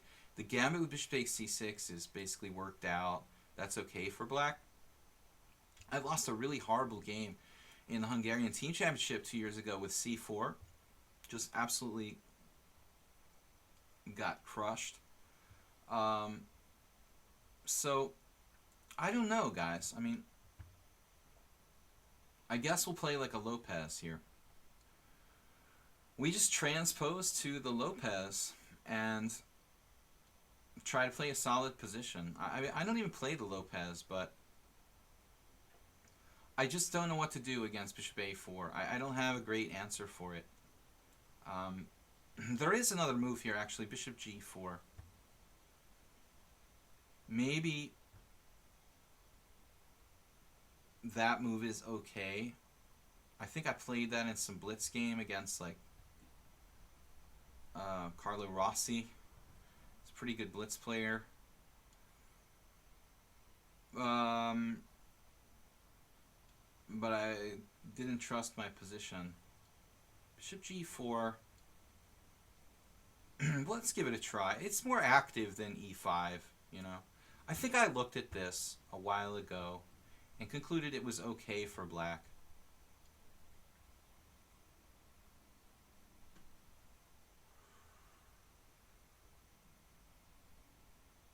Next time be unrated. Well, actually, if you have an established rating, I don't mind, you know. What I don't like is playing people who are, like, underrated. He played d3. That's very quiet. So, I was not afraid of, but I mean, d4 looks really sharp. And, you know, Bulatovic is playing more like solid, similar to what you'd see against, similar to what you'd see when white plays like bishop f1. So d4 is the scary move that you get from like a French grandmaster, like, for example, Freygenet likes to play these lines, or maybe even the dreaded top French grandmaster. So bishop e3 looks pretty quiet, this approach. Not putting any pressure on black here. I mean, there's nothing wrong with white's position. But I think I need to play d5 now. I've kind of put some pressure on the white center.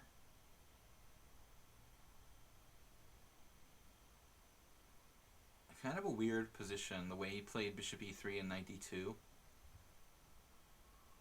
There's other moves for black, but to be honest, I'm playing a setup that I'm very, very familiar with. essentially my piece configuration is the system that I use with white against the King's Indian. Bishop g5, knight f3, knight c3, c5, d5, bishop b5. This is a Smyslov system against the King's Indian, basically. So I'm very comfortable with the piece configuration here. That white's configuration is a bit unusual. The knight can recapture on f3, which kind of takes some of the value out of like bishop takes f3 type ideas out of the position.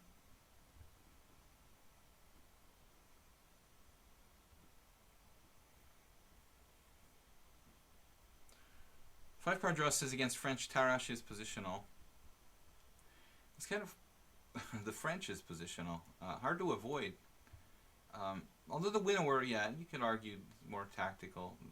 There are some sharp lines in the Tarrasch as well.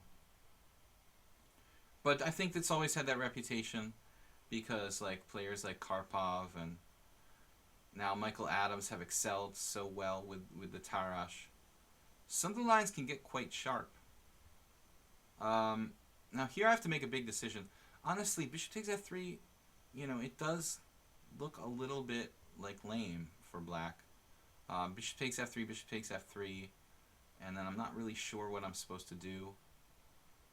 To take on e4 and try to play like c4 maybe, or knight d7. Is there a problem with bishop h5, g4, bishop g6, g5 type stuff? You know, that's a big question. Big question. Bishop h5, g4. I could always take on e4 in between move in that kind of situation. So I think bishop h5 is okay. It's definitely more complicated, but with his knight on d2, I'm not that, you know, in love with this. He just played bishop f4 instantly. Okay, so seems like we have a kind of practical player on our hands here who, you know, he's not necessarily trying to play the best move. He's just trying to play like decent moves quickly. But that's pretty sensible here, I think, given the limited amount of time in the position. If I castle now, and g4, bishop g6, yeah, maybe I'll take. This simplifies a bit. And he took with a knight. You know, I'm kind of happy to see that. It gives me the d5 square for my piece, though I don't have to play it. It's a good square. It also guns down this diagonal, taking some of the steam out of stuff like g4. I'm really expecting him to take back with a pawn on e4. Though the position is playable for white, he's got a bit of an awkward situation now with the bishop, you know, pinning. So he might have to, his pieces are tripping over each other a bit. You know, like knight g3 with the bishop on h2 is kind of weird. It could be a little tricky to unpin. And g4 is a bit weakening for white. So I feel comfortable now. DE was a little more stable for white. This is a strong piece, admittedly. He doesn't really have a way out of the pin.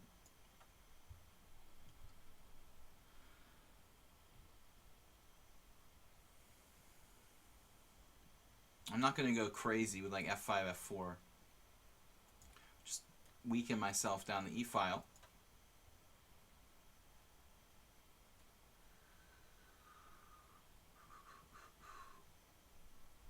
So guys, our USA streams are coming to an end slowly. I'm going back to Hungary in 10 days. We have Queen e2 here. What's the plan with that? I wonder. What should black be doing, by the way? Maybe like queen b6, b4. Where should my rooks go in this position? Feels like I should be playing on the queen side. It's kind of hard to make headway over there. Queen e2, huh? Getting kind of low on the clock. b4. Rook c8, queen d7, queen b6, maybe queen b6. Try to get my queen to an active square. I don't know where the rooks belong, like central files here. Don't really have a clear plan.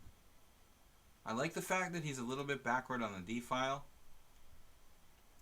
Queen b6 kind of an arbitrary move. I normally put it on c7, but obviously not possible in this position. This is going to come down to being a blitz game where I think black's at least equal. I prefer my structure. He's got an awkward situation with the pin. And he'll have to make some kind of concession to deal with that.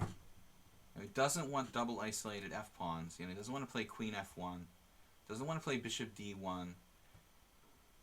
You know, he doesn't want to move his knight again. He doesn't want to play bishop h2, knight g3. But he's going to have to do something.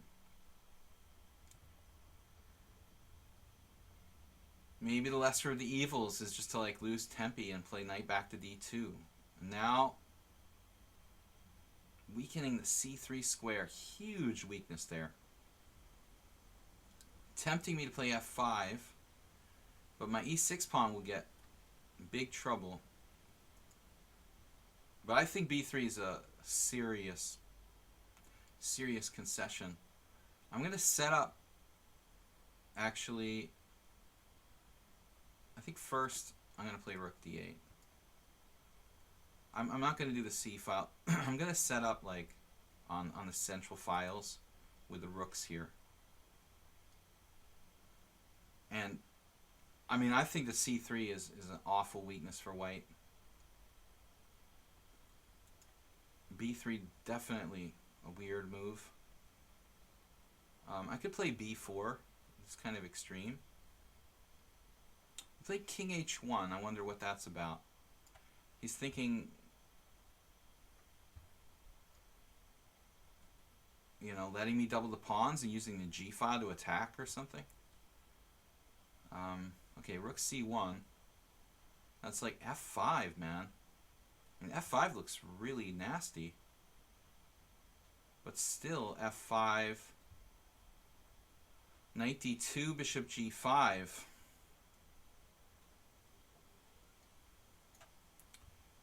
It looks strong to go like totally tactical. I mean, that was my plan though, to ensure that this is secured. So, I mean, anyway, that would oftentimes be your plan long term, to take away that knight, you know, from a good square. I could take on c3, but he has queen takes e6 check. Queen takes f5. So it's not my plan to grab this pawn on c3. I mean, I'm just going to play like bishop g5. And then I have some strategic threats. Plus the idea of, you know, knight takes c3, which actually is like impossible to defend against. So I don't know, man. I mean, I just don't know what he can play here. Just dropping c3, and that pawn is huge, you know. And we win the pawn, drive his queen back, play bishop f6, and this is a strategically winning position tactically. I mean, it's just really bad for white. So in e5, 5 just looks good. Bring our knight back to the center. His queen is just smashed in there. Bishop f7. Everything is in order.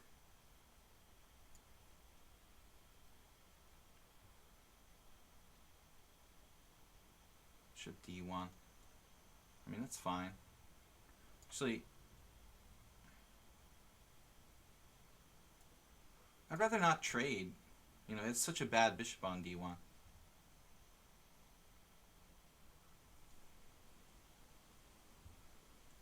And then queen there. White's position looks gruesome.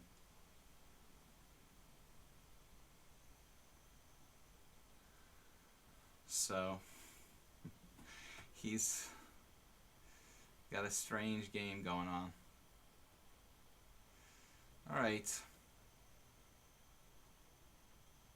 Well, I don't really want to trade. What can I do?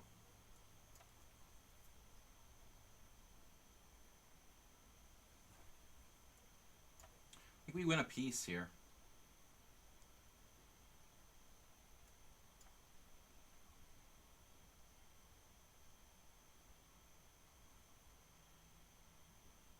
I'm not, going to grab it in the first moment. I make sure that we get it under the right circumstances.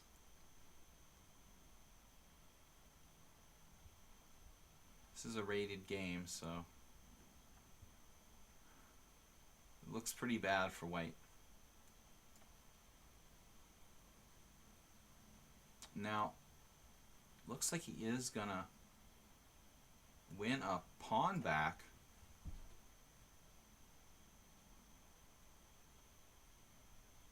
Knight takes c5.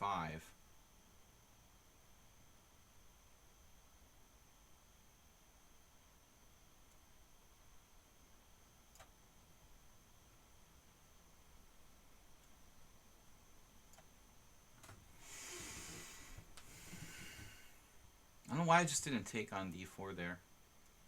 It's okay.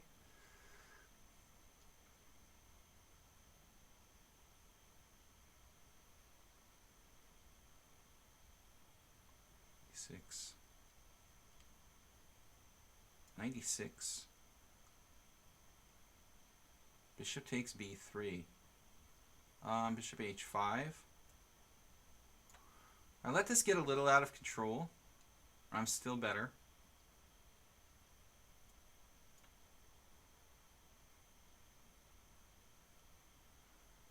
Vlahovic is obviously kind of a bullet player or something.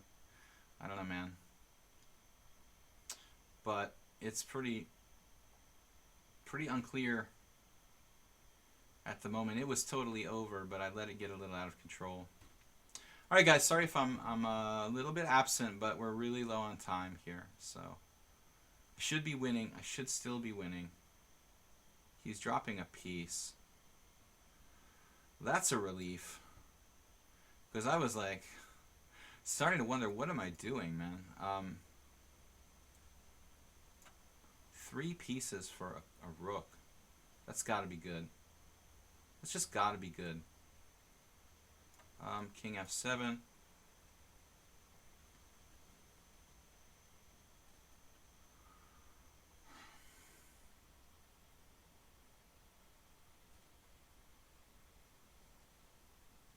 I have a plan. I'm going to queen the d pawn. Many mistakes in this game. Was not a clean game. Okay. So thanks for the game. Anyway, Geese. If anybody else lost their challenge, let me know.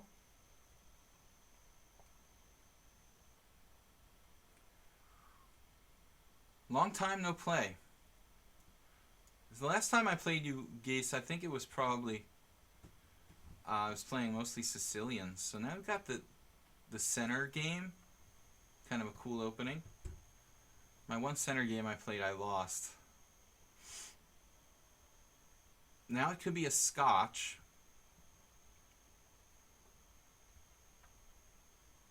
Wonder. Bishop b4 check, kind of risky move. Alright, we'll play... If you wanted to play the Scotch, most people would play normal move order. Knight takes d4. Alright. So here's a move that you don't see very often, g6. I thought this might maybe take him a little out of his comfort zone. It's a Steinitz line. Maybe not the best, but at least something to kind of get White out of the normal lines of the Scotch. Most players are used to bishop c5, knight f6, even queen h4. But I think g6 is not as often seen as all those moves. Okay, so the position is pretty much similar to a dragon. Probably a slightly better version of like Sicilian dragon.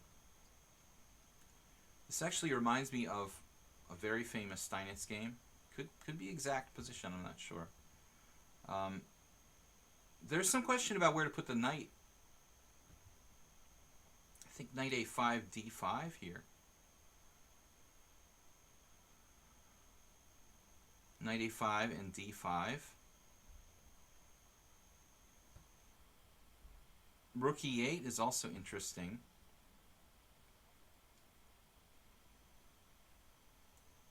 Alright, we're going to try. I don't know how we are here theoretically. This is something that Steinitz did. Not maybe in this exact position, no. I'm sort of holding my breath. Wondering if this is going to work out or not. But yeah, it's not an accelerated dragon. Things are different. I don't have a half open C line. I have half open E line. It's definitely not an accelerated dragon. It's just your imagination.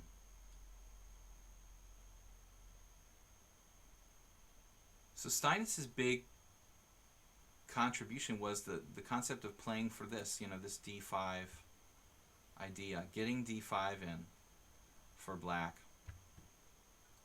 And I don't really know. I mean, rook e8 looks like it couldn't be a bad move. Rook e8, queen d2, d5. Pawn takes pawn. Rook e8, if he wants to play b4, I mean, that makes the position pretty weird. But d5 right away, the b3 bait was, well, b3 was bad. Just strategically, you know, creating long-term weakness. So d5,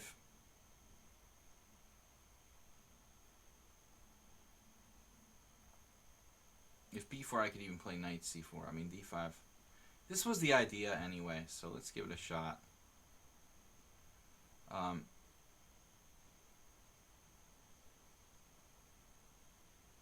There's this concept of like forking pieces with c5 and d4. That's kind of a problem for white in this type of position. So I'm debating where to put the knight, you know, whether it should go to d7 or e8. The e8 looks a little more uncompromising.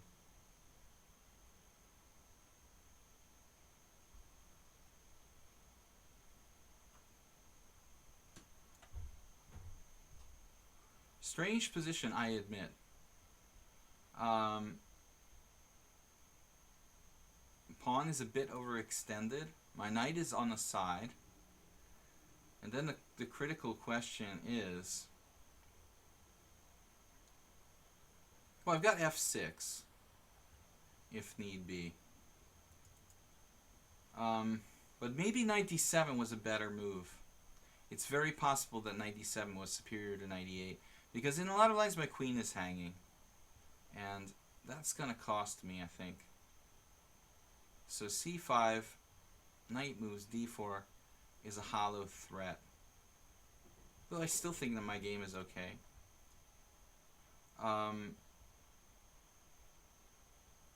He has a choice. The other move is f6, which looked a little risky to me. I think knight d7 would have been better. But in that case, he could have played knight takes d5, knight takes e5 with, well, probably equal, which is good for me. So knight d7. I guess this move is better right here. I should go to d7. He has e6, though. Albeit, maybe not a big deal. e6 is also interesting. Knight f3, I didn't expect that move. So I don't think I have much choice. Two pawns hanging.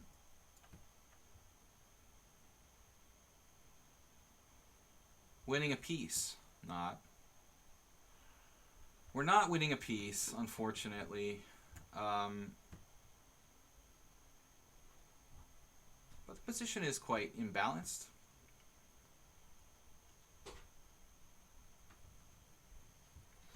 What's up, guys? Why not c5? Yeah, I think we played that. You're welcome for the game, Bulatovich.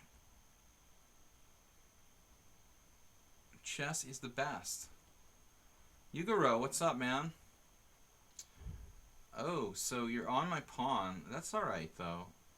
We're going to get back to reality here with knight to c6. Back to reality and the center. So I'm protecting my queen. This is a pretty cool game.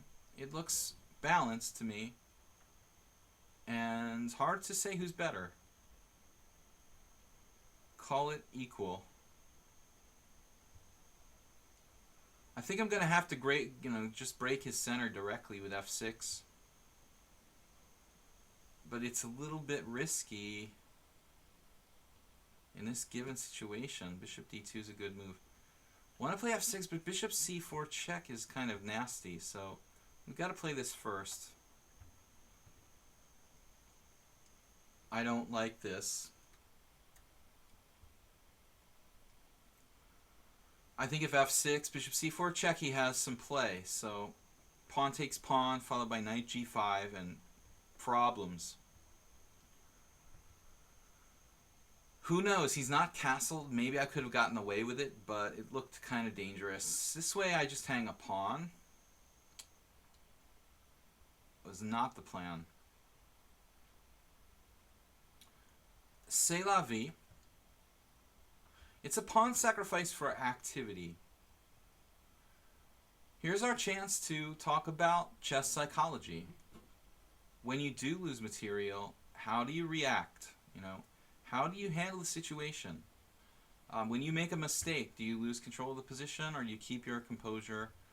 Very important, to your overall results. So before I was relying on queen a5 check to win his knight on c5, but I kind of forgot that that was a live threat. So I needed to play b6 or some other defensive move there. e6 is kind of a weird move. Kind of saying kind of too much. Queen e7, and then it looks like we might get our pawn back. So I think Geese was a little too eager. So defending b7. Oh, we're gonna lose more material. Wow. Man, whatever I do, I'm like cursed here. I'm losing the exchange now. Damn. It's a good thing this is not a rated game, guys. We're down a clear exchange with the worst pawn structure. So, and weakened kingside. It is lost for black. So what are we going to do in this lost position? Total disaster. Geese with the 2000 rating. Very consistent. 1900, 2000-ish. He's up a clear exchange with a better pawn structure, with arguably safer king. Maybe not. Okay. His f-pawn's forward. So how do you convert here? What is he going to do? He does c3. Somehow I could get in d3. Okay. You might say this is debatable. I'm going to take this pawn. Probably lose. Some kind of forced mate or something. But I want to get the pawn structure in a way that gives me some chances for some sort of like fortress draw. Maybe isolated pawn for white where he's having trouble making progress.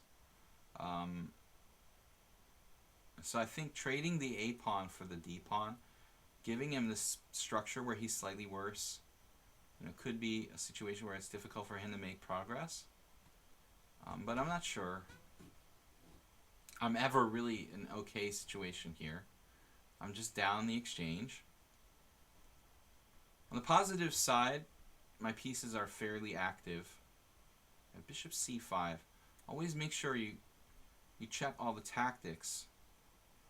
I don't like my bishop on a2 though. This was the plan. I'm not going to deviate here from the plan. We have a tempo now. Bishop b3. But we could just go back to the best square, which is d5. I think I'm going to vote for d5. Solid blockade. 5 pawns each. Down the exchange. Isolated pawn for white could create some technical difficulties for white. Goes for the trade of pieces, which makes a lot of sense. He also has rook e1 at some point. It's kind of annoying. Really need to get my pieces in the game. Knight d6. This secures the f5 push, but white is holding his own here with this clear exchange up. Very bad bishop, my only hope, really. And his bad pawn on d4. White should win this, no questions asked. It's not the easiest tactical win, but it's...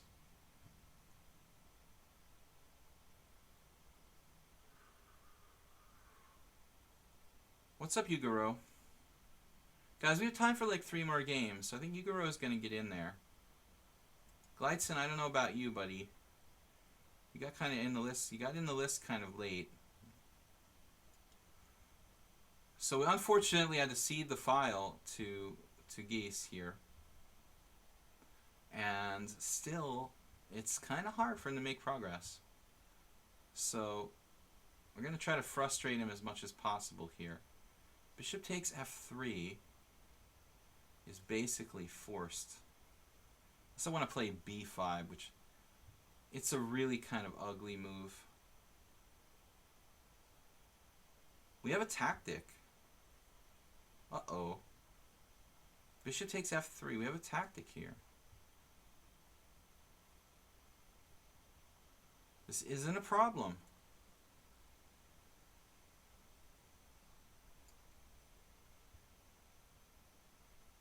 Double attack.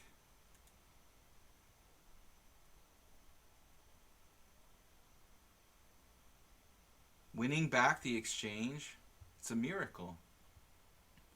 Looks like he's going to have to give back the full exchange and go into an ending where he's slightly worse due to the isolated d-pawn. Let's see if he has some kind of tactical trick here. I don't think he does. So we really are lucky not to be totally hosed here. Unprotected, unprotected, unprotected. Do we have any double attacks? Queen a2. Not a good move.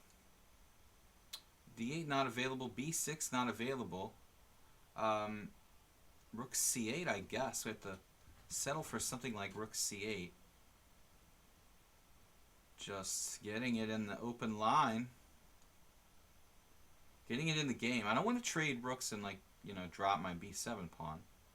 I mean, you might have rook e8, take, and queen e3 check with some counterplay, but I really, you know, was trying to play. I was kind of trying to play for a win now. Queen a2, still bad. b6, I guess. And what to recommend now? Now he's got this nasty e6 control. Man, I don't like that. I like you having this rook e6 idea. b5, b5, b4. Maybe rook e6 is not the biggest thing in the world here. Alright, we'll go for it. b5. Threatening b4. Just trying to pry open the file. I mean, Geese should be okay here. We're going to try to take him out on the clock. We're going to rely on the clock. Uh-oh. d5. Slight change in plans. We have a check. See a check, play a check. Maybe not the best philosophy. Yeah, he's hanging on, man. This is really getting kind of irritating.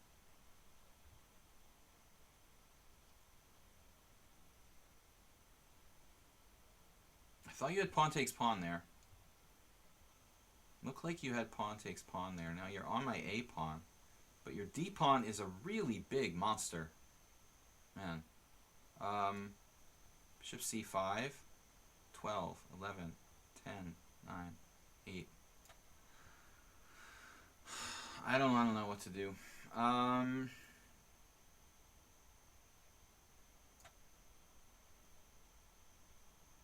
We're like panicking, losing on time and stuff. It's a disaster. Thank God he didn't play rook e6. I don't know what I do there. Now I'm slightly better with the outside pawn. Should be a draw, objectively.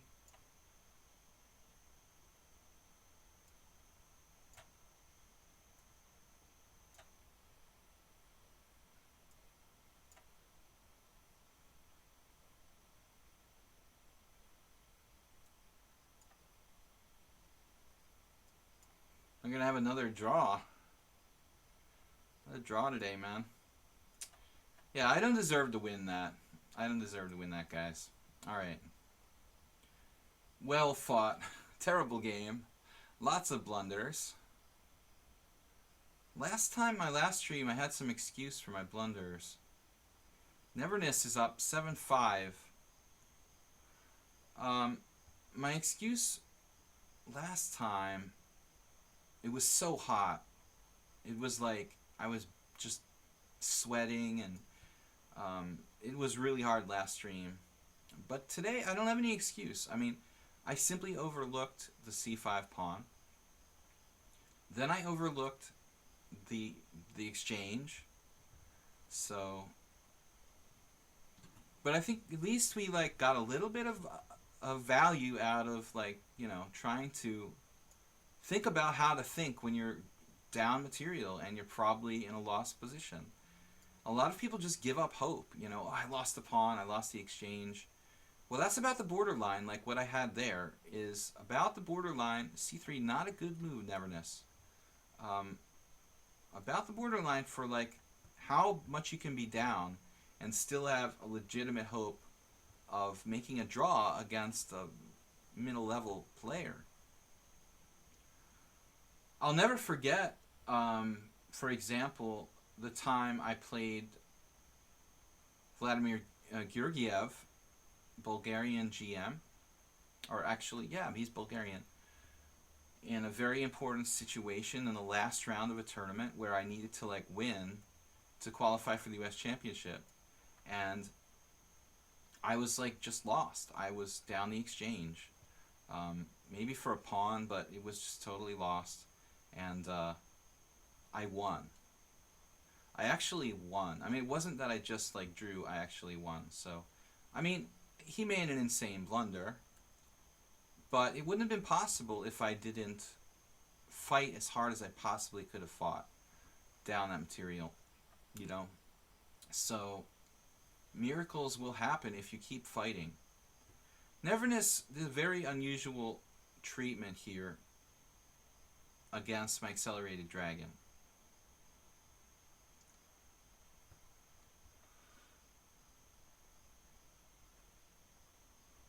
I don't know what to do. Maybe we're never going to take on d4 here. Fix his pawn structure. Knight g4. Knight g4.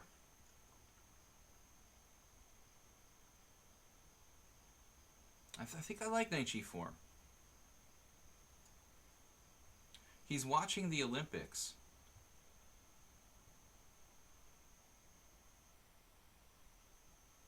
Oh man, you're watching. You're actually, that's reminding me of a funny story I wanted to tell earlier. He's watching the Olympics. Oh man, I'm gonna totally crush you for that. Multitasking.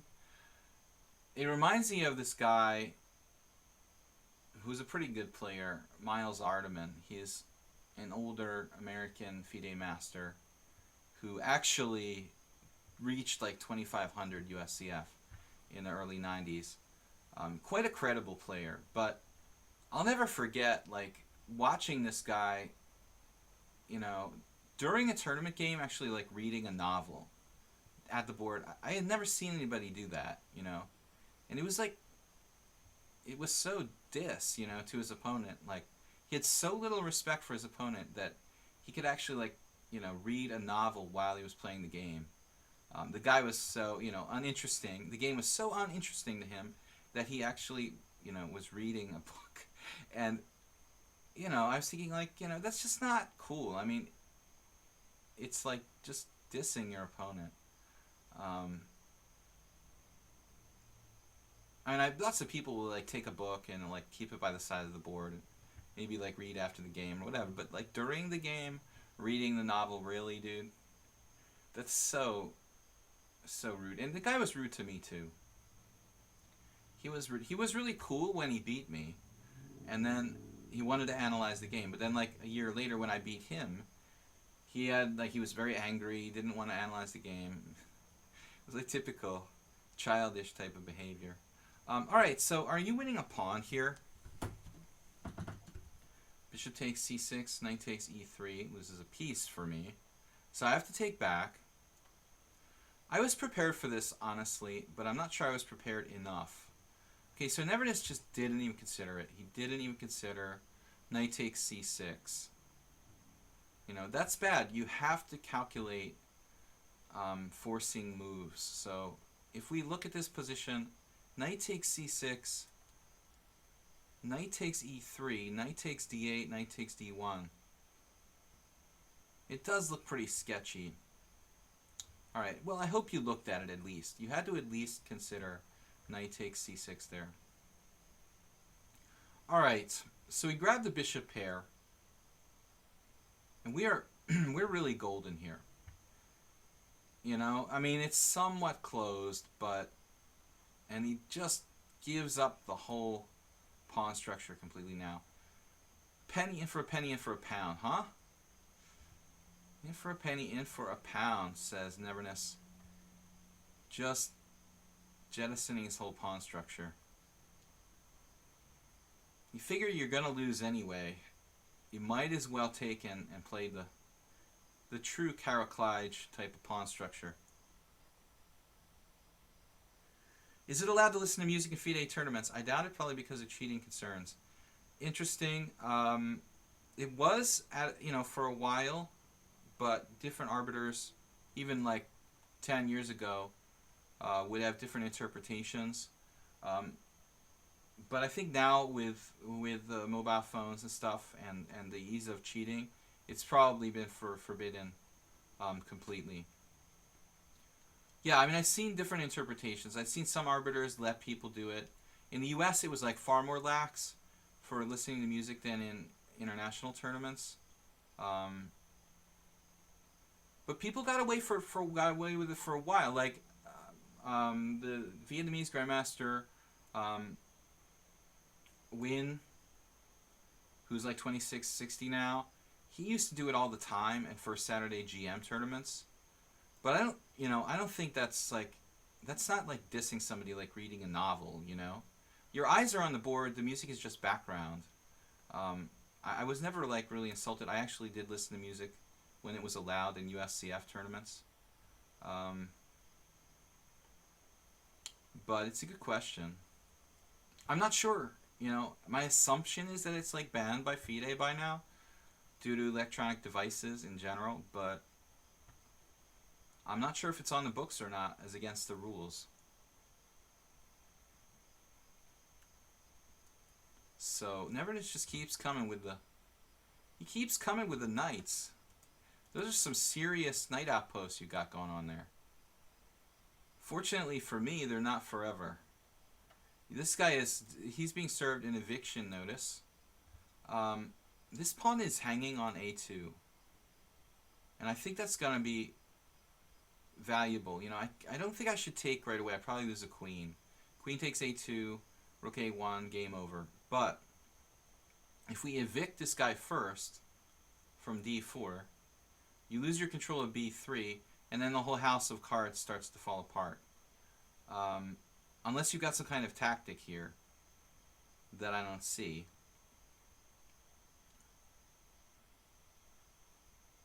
There's also simply like bishop b5, which, ugh, it looks really ugly. That might be a much cleaner way for me to play this. Knight e2, bishop b5. And I think it's... If I take on a2, it stays... The position's a little murky as like e5. Yeah, so I'm down with bishop b5. And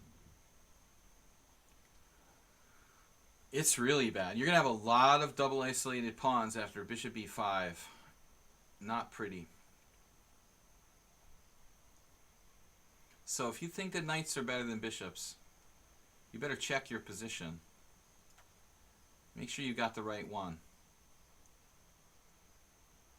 Here he can sack the pawns, a few pawns, try to get a good knight going, but I mean my position is just too sound. We have no weaknesses. Very, very good dragon bishop that's good offensively, defensively. So yeah, this is his only chance. Bishop takes c4. Now knight f4, bishop takes c4. Now check out the pawn structure. This is awesome. I love this pawn structure. So it's very easy to grab a pawn like the c3 pawn or the a2 pawn. You take the pawn of your choice. But do you really need those pawns? I mean, you can take the pawns whenever you want, right? So I'm thinking like e6. Just shut it down. Shut it down, you know? Everything's protected. This is protected. And no more knight d5. And the pawns are just like, wow. There's no way these pawns are going to hang out too long. So I'm not even letting him into d5. And I can defend d6 very easily. So it's like prophylactic thinking. Don't even go there, you know, with knight d5. Just let's stop it before it even happens, basically. So bishop e5 looks like a solid move. Good square. Now we just prepare to gorge ourselves on white pawns. And if you really want to be on the safe side, maybe rook d8 here. It's a bit passive, or maybe rook b8. Queen takes c4. What am I afraid of? He's going to sack the exchange. Feels slightly paranoid to play this, but okay.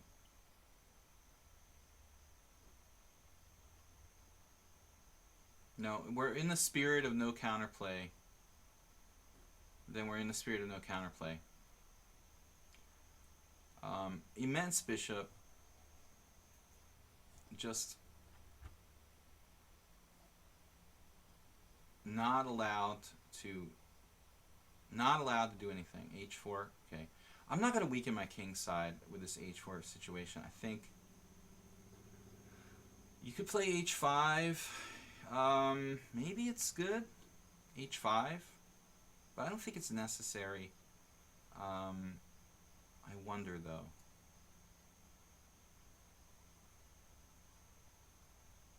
Queen takes c4.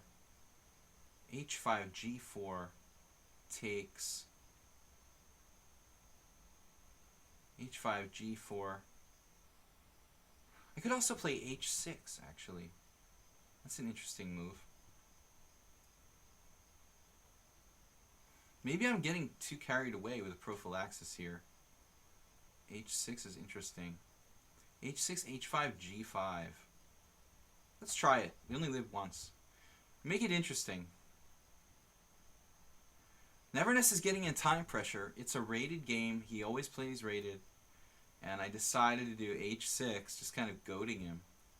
But, you know what? I mean, if I do h5, g4, a little bit of counterplay, this way I feel like he's kind of stuck. You know, I can play king g7. Don't see it how he's going to get me. Those stupid pawns make it impossible for him to like transfer a rook across and increase his pressure. So it's very difficult for white, you know, to break through. H5, G5 looks like a dead end. Queen G4, I just play queen takes C4. There's no need for anything to fear. I mean, C4 actually, you know, protects E6. He played knight takes E6. Okay, this is just like, looks like craziness. He just freaked out. I think he forgot I have rook F6.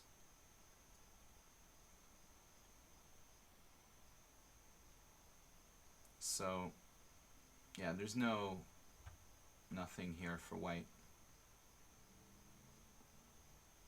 Pawn structure, long-term thinking, a lot of stuff there you can take away from it. Long-term weaknesses, there's no rush to take that stuff, you know. You really need to take your time. And that's what Shereshevsky, the great chess trainer, says about endings. But actually, you know, it applies to every phase of the game. Do not rush. This should be, I mean, this should be a principle, you know, in all forms of chess. I don't know if this is a little fancy, but I mean, it's pretty winning. I don't know that I have a forced mate, but it's pretty close.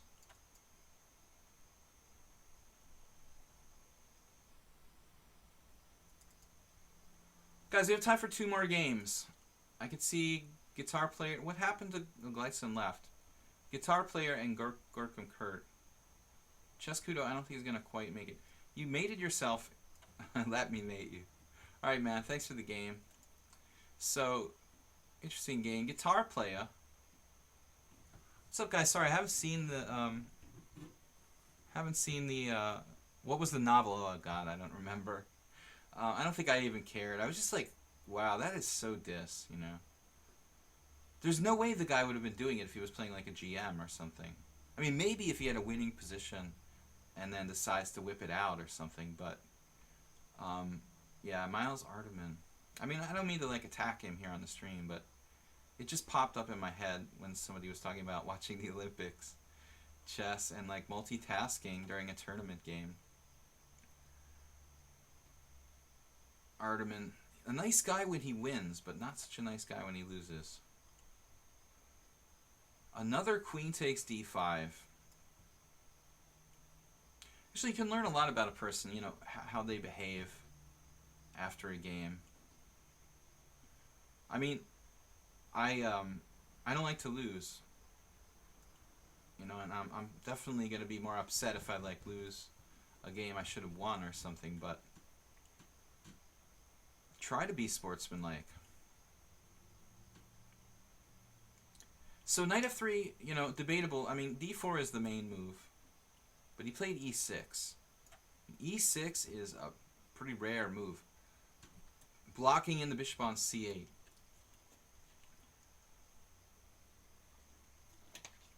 So, okay, I don't have any d5.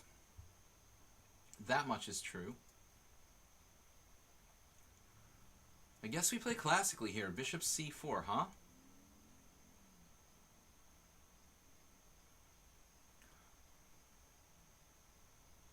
I'm not sure that's the best square in this position. I mean, it's not a normal Scandinavian. He didn't do anything about...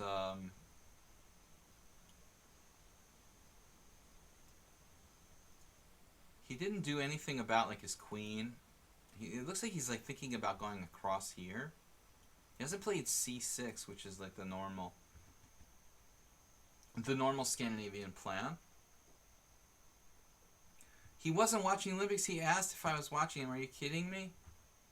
Oh, man. Are you serious? I feel so bad now. At least I got to tell a good... story I never thought to tell here on the stream. Sorry about that, Neverness. I thought he said he was watching the Olympics. I wasn't. I was just kind of joking, though. I mean, it's not a tournament game, you know. If he watched, like, a television show at a tournament game, I would be kind of dissed, but I think we'll let him, you know, I was just half joking. It's okay. I'm not taking it personally if he was watching the Olympics. Alright, guys, so I mean, this looks like a good game for white. BG5? Should we throw it out there?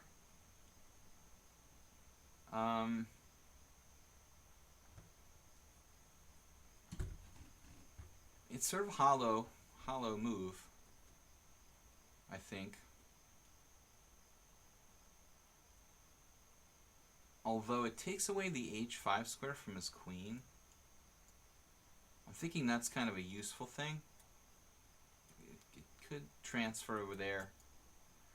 Usually not great, but possibly annoying. So I'm going to play bishop g5. Where am I going to castle? So the options are twofold. It's nice to have options. I guess black could play knight d5 here, but it looks a little odd to move the same piece twice, so I'm not a big believer in that move. Speaking of moving the same piece twice, what would Morphy do? Well, I think the answer is pretty obvious. If you know a little bit about Paul Morphy, he loved to sacrifice material for time. And it actually reminds me of a Morphy Scandinavian game. A little different, but similar principle. So, more than happy to sacrifice a pawn in this kind of position.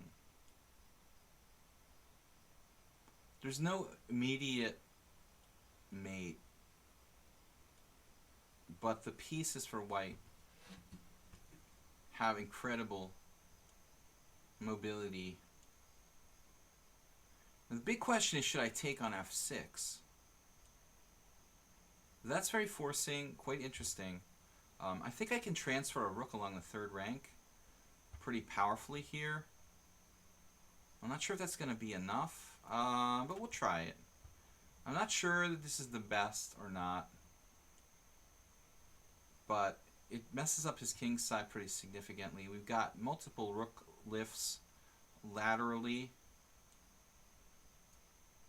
with rook b3 and rook b5. So I think that's going to be the decisive piece to the puzzle. I mean, white has the knight, queen, and bishop all developed. That's worth a pawn, right? Three moves of development, plus the rook is like a fourth. So we have 4 pieces developed to his 1 queen, and it looks really, really bad for black. That's one last question here.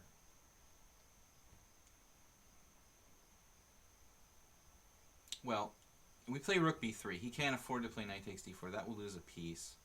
Unless you want to sack a piece. Rook b3, no. You're only going to have 2 pawns for that piece. So rook b3 looks interesting.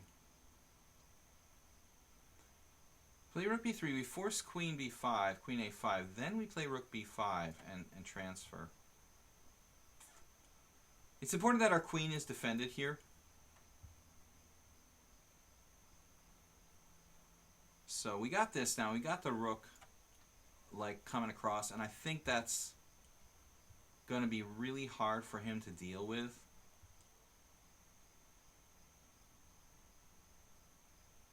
Now he has 2 reasonable squares. 3 actually, because a4, a3, or c3 are all available. But I imagine it's going to be very hard to defend the black king's side against these 4 white pieces.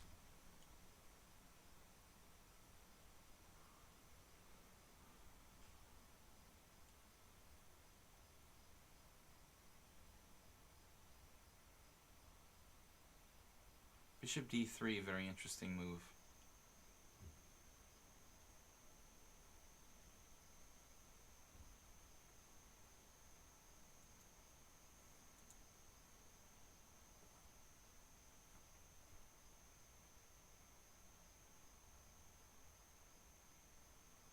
There is simply rook d1, developing the last piece. I'm not sure that's the right idea here. Bishop d3. Knight takes d4. Knight takes d4. Queen takes d4. Bishop takes h7 check. King takes h7. Queen h5 check. King g7. And then like rook d1.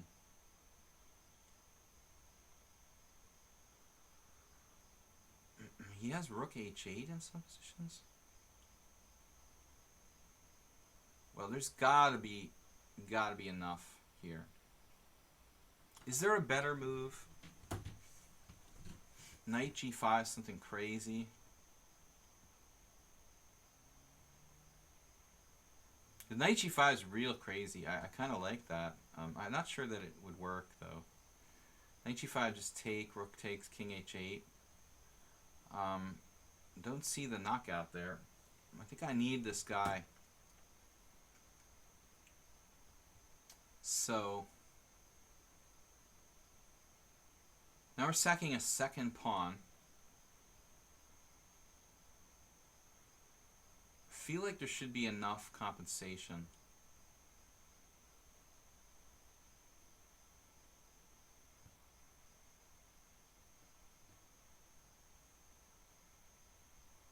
Guys, we're going to play one more game. What will be my new stream times? Well, I think they're going to be really crazy Eastern Standard Time, man. Most of my stream times are going to be like 6 a.m. No. 4 a.m. 4 a.m.-ish. But I might change it. I'm not sure. I don't want to answer that, Salty Ego. I don't want to answer that because there's like on the weekend I'm going to do a simul. That'll be very reasonable. Eastern Time. Probably Sundays. So if I make my stream a little earlier, but it's going to be late. I mean, the weekday streams are going to be late. So here we are. He's trying to shut it down with f5. Cuts off my rook. But I have rook c5 now, for one thing. I don't think that's going to help me too much. So I need to go get him with my queen and knight, basically. Or find some other breakthrough.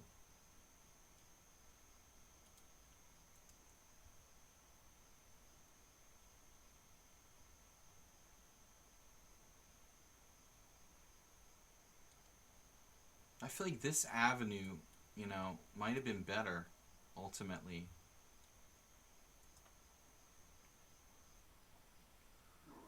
Sludgy, can you please play against self-service next? He's challenging you.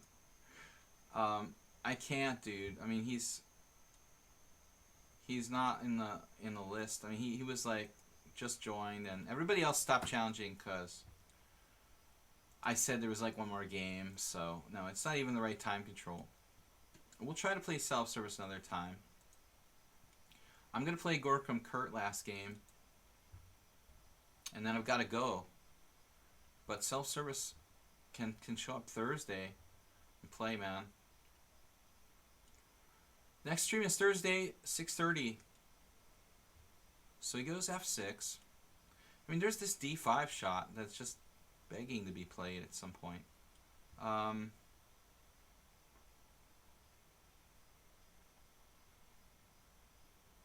Queen h6 actually doesn't really threatening anything.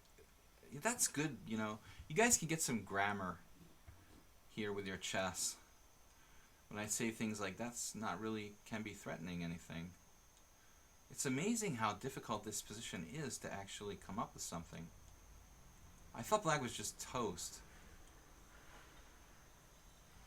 But I'm having a really hard time making this actually work. His queen is almost trapped too. I mean, rook b1, no. Rook c5. d5.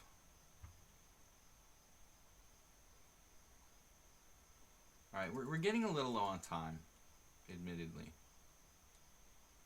So, knight takes d4. We get him away from our pawn, does that help? Maybe. Let's play this. Let's get him away from this pawn. This attacking this pawn is kind of annoying. I feel like his queen is much more in the game there. So, plus I could still maybe get through, get across. This will drive his queen to a5, where I think it's a little bit misplaced. Play queen h6. I'm not worried about losing more material. Now the question is, can we get clearance with some sort of sacrifices here? You know, to checkmate him. Maybe not. Maybe not. Guitar player. Will he make a defensive move? I guess he has to. He doesn't really have any offensive ideas. I can't believe I can't find an easier way to break this down. I think this was a mistake. Maybe rook c5 would have been better. Better than rook b3. The computer is going to have an absolute field day with this game. Okay, this move is like resigning. So, I mean, dude, why would you do that? That's crazy to take the a2 pawn. You have a consolidating move, queen d5, or maybe rook f7. But no, no way, man. I mean, that's crazy to do that move. That's the craziest move ever. Bishop c4 is really interesting.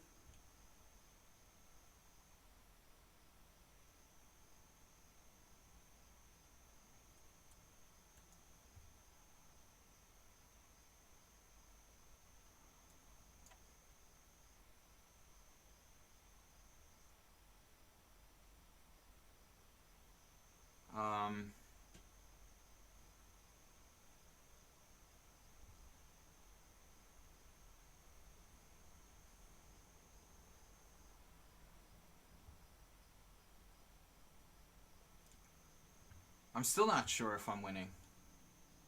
That's why I'm so quiet. I thought this is the craziest move ever. Bishop c4. Man, I must have missed something here. There had to be a better way. Some interesting possibilities, but queen a4. I was afraid of queen takes c2 now. Let's see, knight e5 isn't really great, though interesting. Bishop takes e6. Knight d2? Just like defending.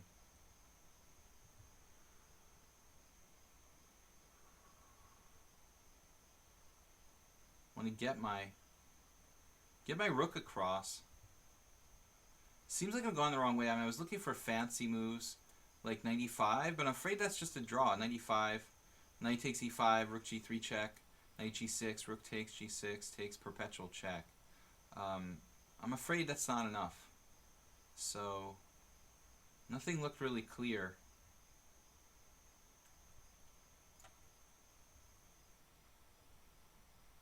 Nothing defends this rook on f7.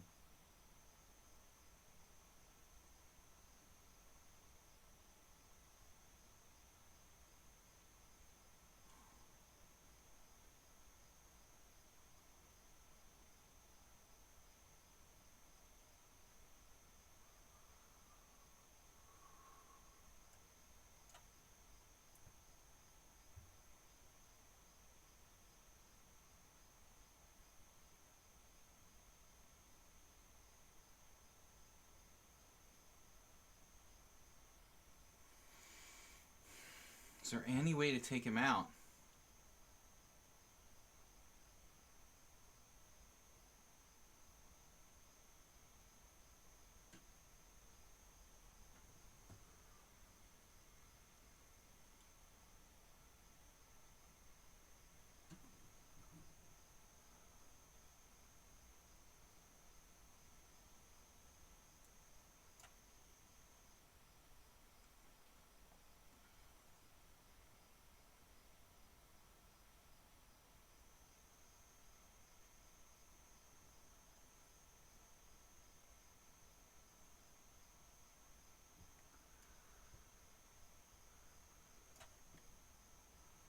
Now I've got all my pieces in the game.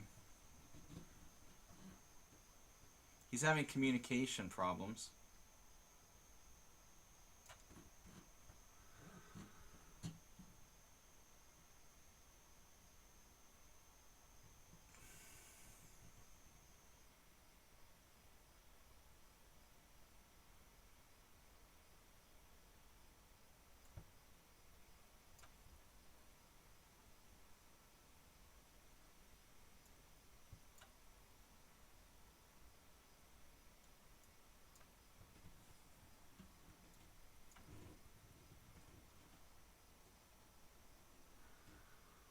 Kind of lucky here. I mean, I think you had defense even near the end. Like bishop d7 would have been enough. All right, exciting game. Again, a lot of mistakes. Very complicated game, guys. Last game, Gorkum Kurt. Sold Eagle like knight g5. I like knight g5 too.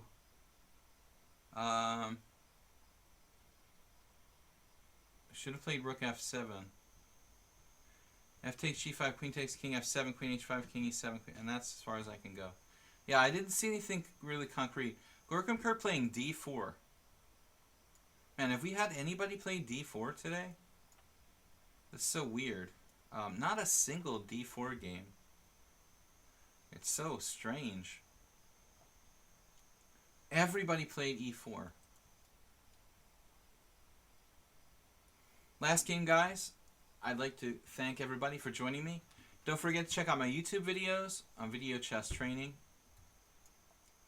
And subscribe and like if you do. We're going to put up some new material starting September 1st every week.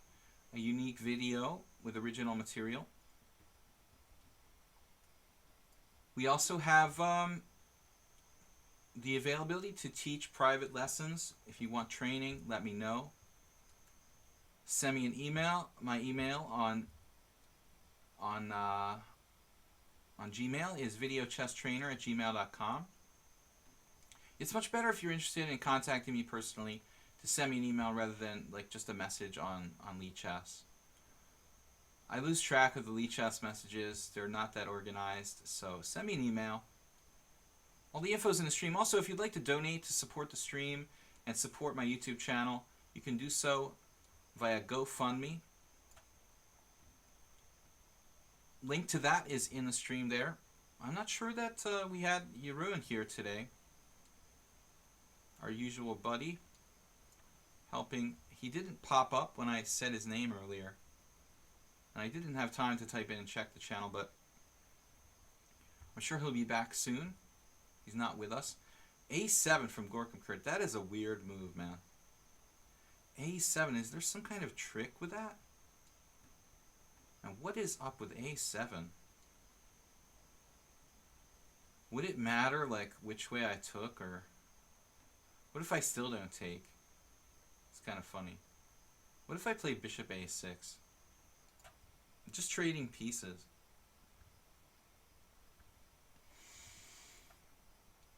This variation is not really, has never really been considered fully like correct for black. Sacrificing a Benko style here. But I think it's okay for Blitz. You had a 2.3 advantage guitar player at one point. 2.3 pawns up. BG5. I think I'm going to have to take a pawn at some point. Rook takes. Or queen takes. Or we just keep ignoring it, maybe. Knight b6. What about h6? Is that a move worth playing?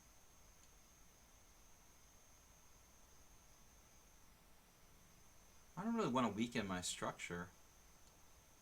This rook takes. Feels more natural. Check him out again, man. I love playing this guy. He's 1931 in Blitz. Explain to me, sir, how you're 1931 in Blitz. Play like a master, man.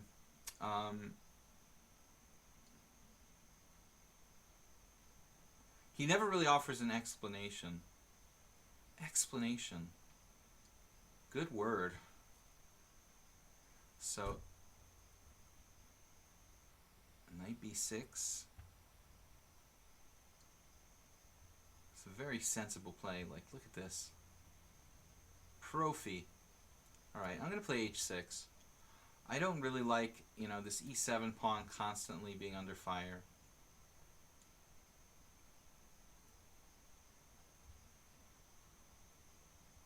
It's the biggest advantage you've had against me. Pretty complicated position, man. I mean, I must have been clearly winning before that 2.3. Maybe I'm wrong. I would have thought I would have been clearly winning at some point.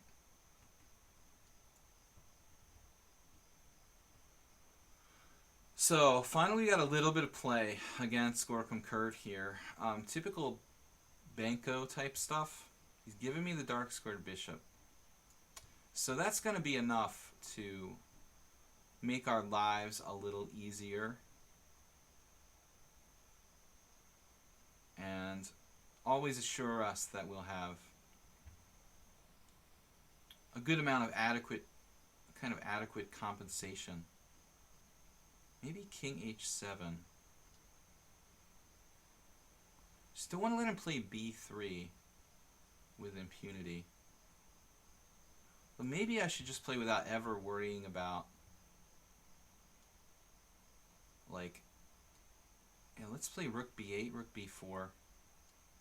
Rook b8, b3, rook b4.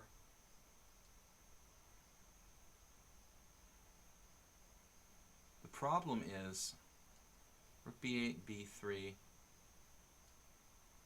Yeah, I should always have enough play here. It's always disheartening playing Gorkum Kurt because he's so fast.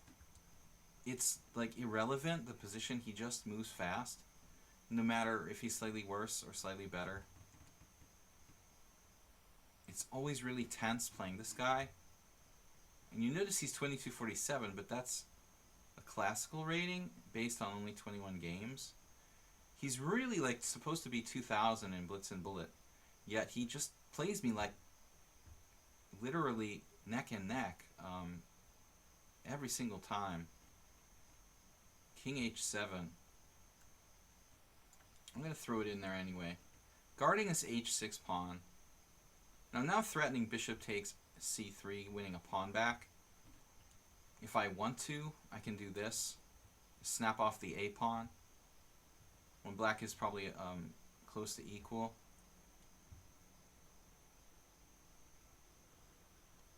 .4 in my favor after queen takes a2. I thought that was a crazy move. Yeah. But I missed play. I missed my chances. Maybe the knight g5 everybody suggested last game. So he's even defended against the bishop takes c3 now. But bishop d4 is not on. Rook b4 or c4 is interesting. c4. c4 looks kind of cool. I mean, he always has knight d4. But I mean, heck, I can even like take that, so.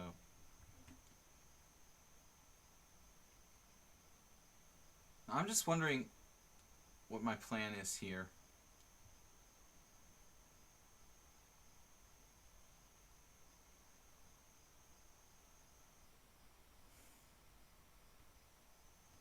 I guess some kind of crazy mistake.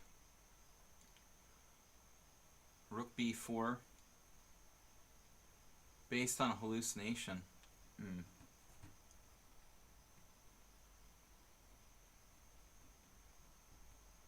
This was a mistake. Alright. Here we go again.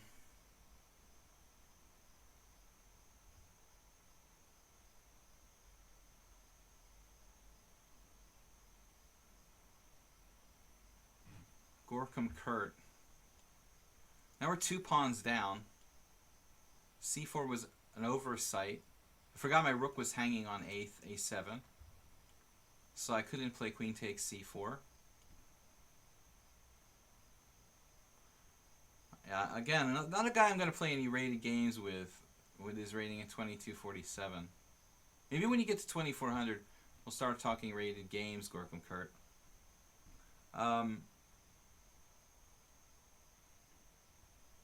Yeah, but this was an oversight by me.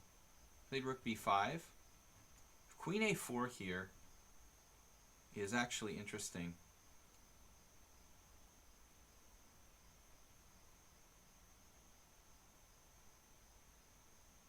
He's going to have some kind of computer-like moves. Queen a4, knight takes, c7, queen takes c2, queen a7. Probably winning for white. So I really got to stop it with rook c5.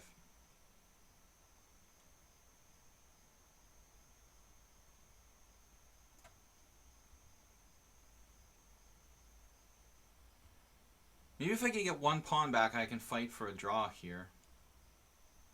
We do have a monstrous dark squared bishop, but the plan was not to lose another pawn. That was never the plan here. Queen a4, though. Is that enough? Probably not. This should keep him at bay, though. We can really build up on this pawn.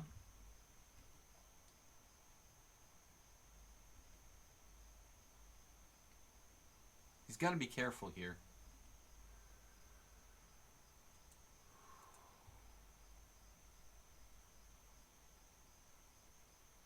Kind of a tough situation.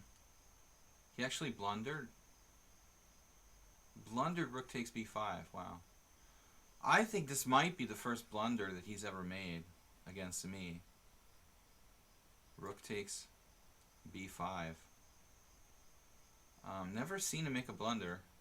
Like little mistakes usually. But I've never seen him make an outright blunder. Yep. He moves fast and finally caught up with him. The pace is really tough. I can never seem to get a lead on the clock against him. But finally we got him. Tactical oversight. Man, I made a lot of bad moves today. I'm missing stuff tactically. I think I need to play more Blitz. I need some more extracurricular practice. Clint Eastwood. Yeah, we got lucky again. We had some lucky events today. We managed not to lose, but we've been lost in 2 or 3 games.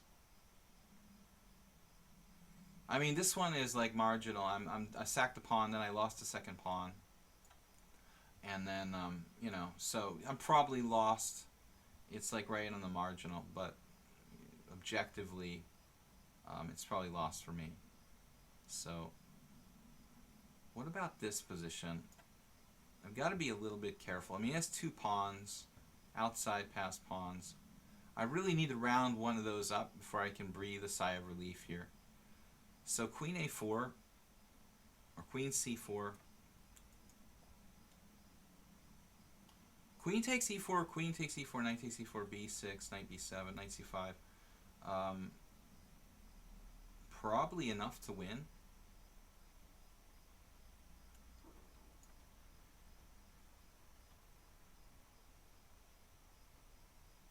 At the very least, we're going to have some fun here.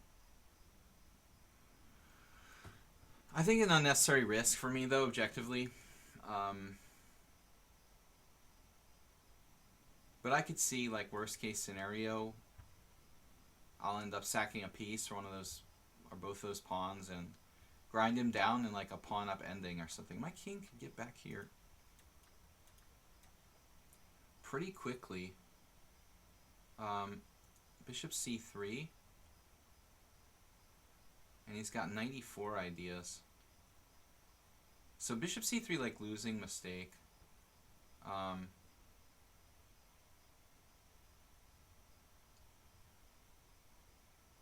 think we can play knight b7. Just set up the blockade. That's what pieces are for. And slowly bring the king back.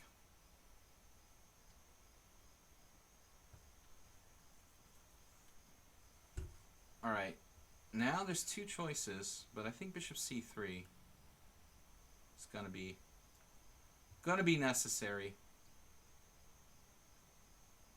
Just holding up physically that pawn advance.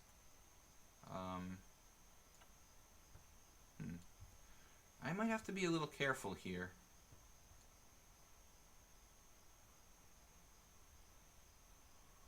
Ooh, maybe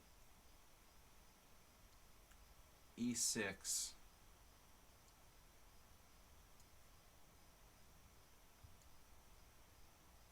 I want to get control of d5 to be able to play d5.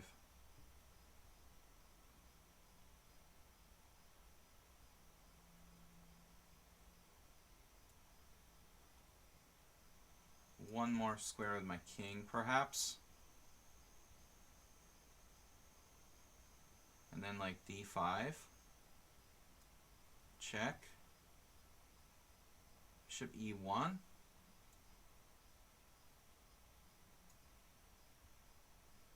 Keeping the distance.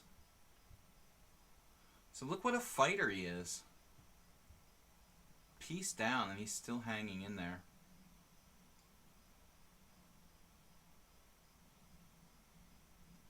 It's a sort of trick to try to get me to grab on g3. But he doesn't have any passed pawns, and now it should really be winning for me. He cannot create a passed pawn on the king's side.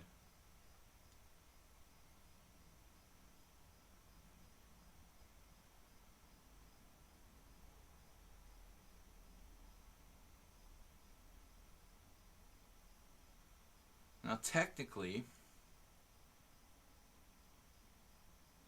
the problem is like king b6, knight d4 check.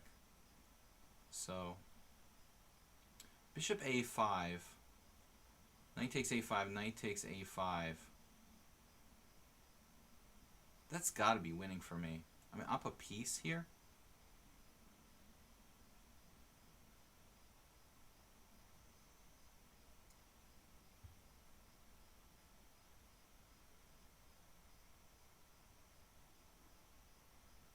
I'm up a piece for two connected passed pawns. One of them is going to fall. And he doesn't have a passer.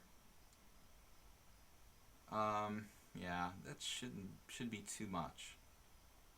Okay, this move. Oh, it's like a trick. Creates a passed pawn. Well, I've still got my king.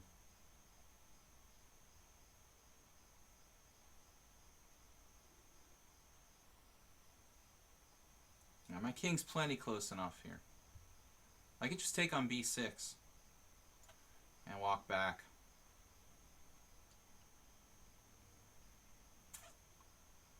But Gorkum Kurt, man, kept me busy for 20 minutes. Wasn't bishop a5 good for the last few moves? I don't know. I'm a little late answering that question, but things are under control now. Guys, thanks for the games. You guys had some scary, scary chances today. So it wasn't easy. Somehow I managed to gain a couple of rating points. Definitely didn't deserve it today. Sorry I can't play the last challenge, guys, against Yugaro. It's way too late, past my bedtime. So we are going back. Stop that pawn. Chess6 student said, okay, that's that question, sorry. Did you castle? Yeah, I did. It was a long time ago.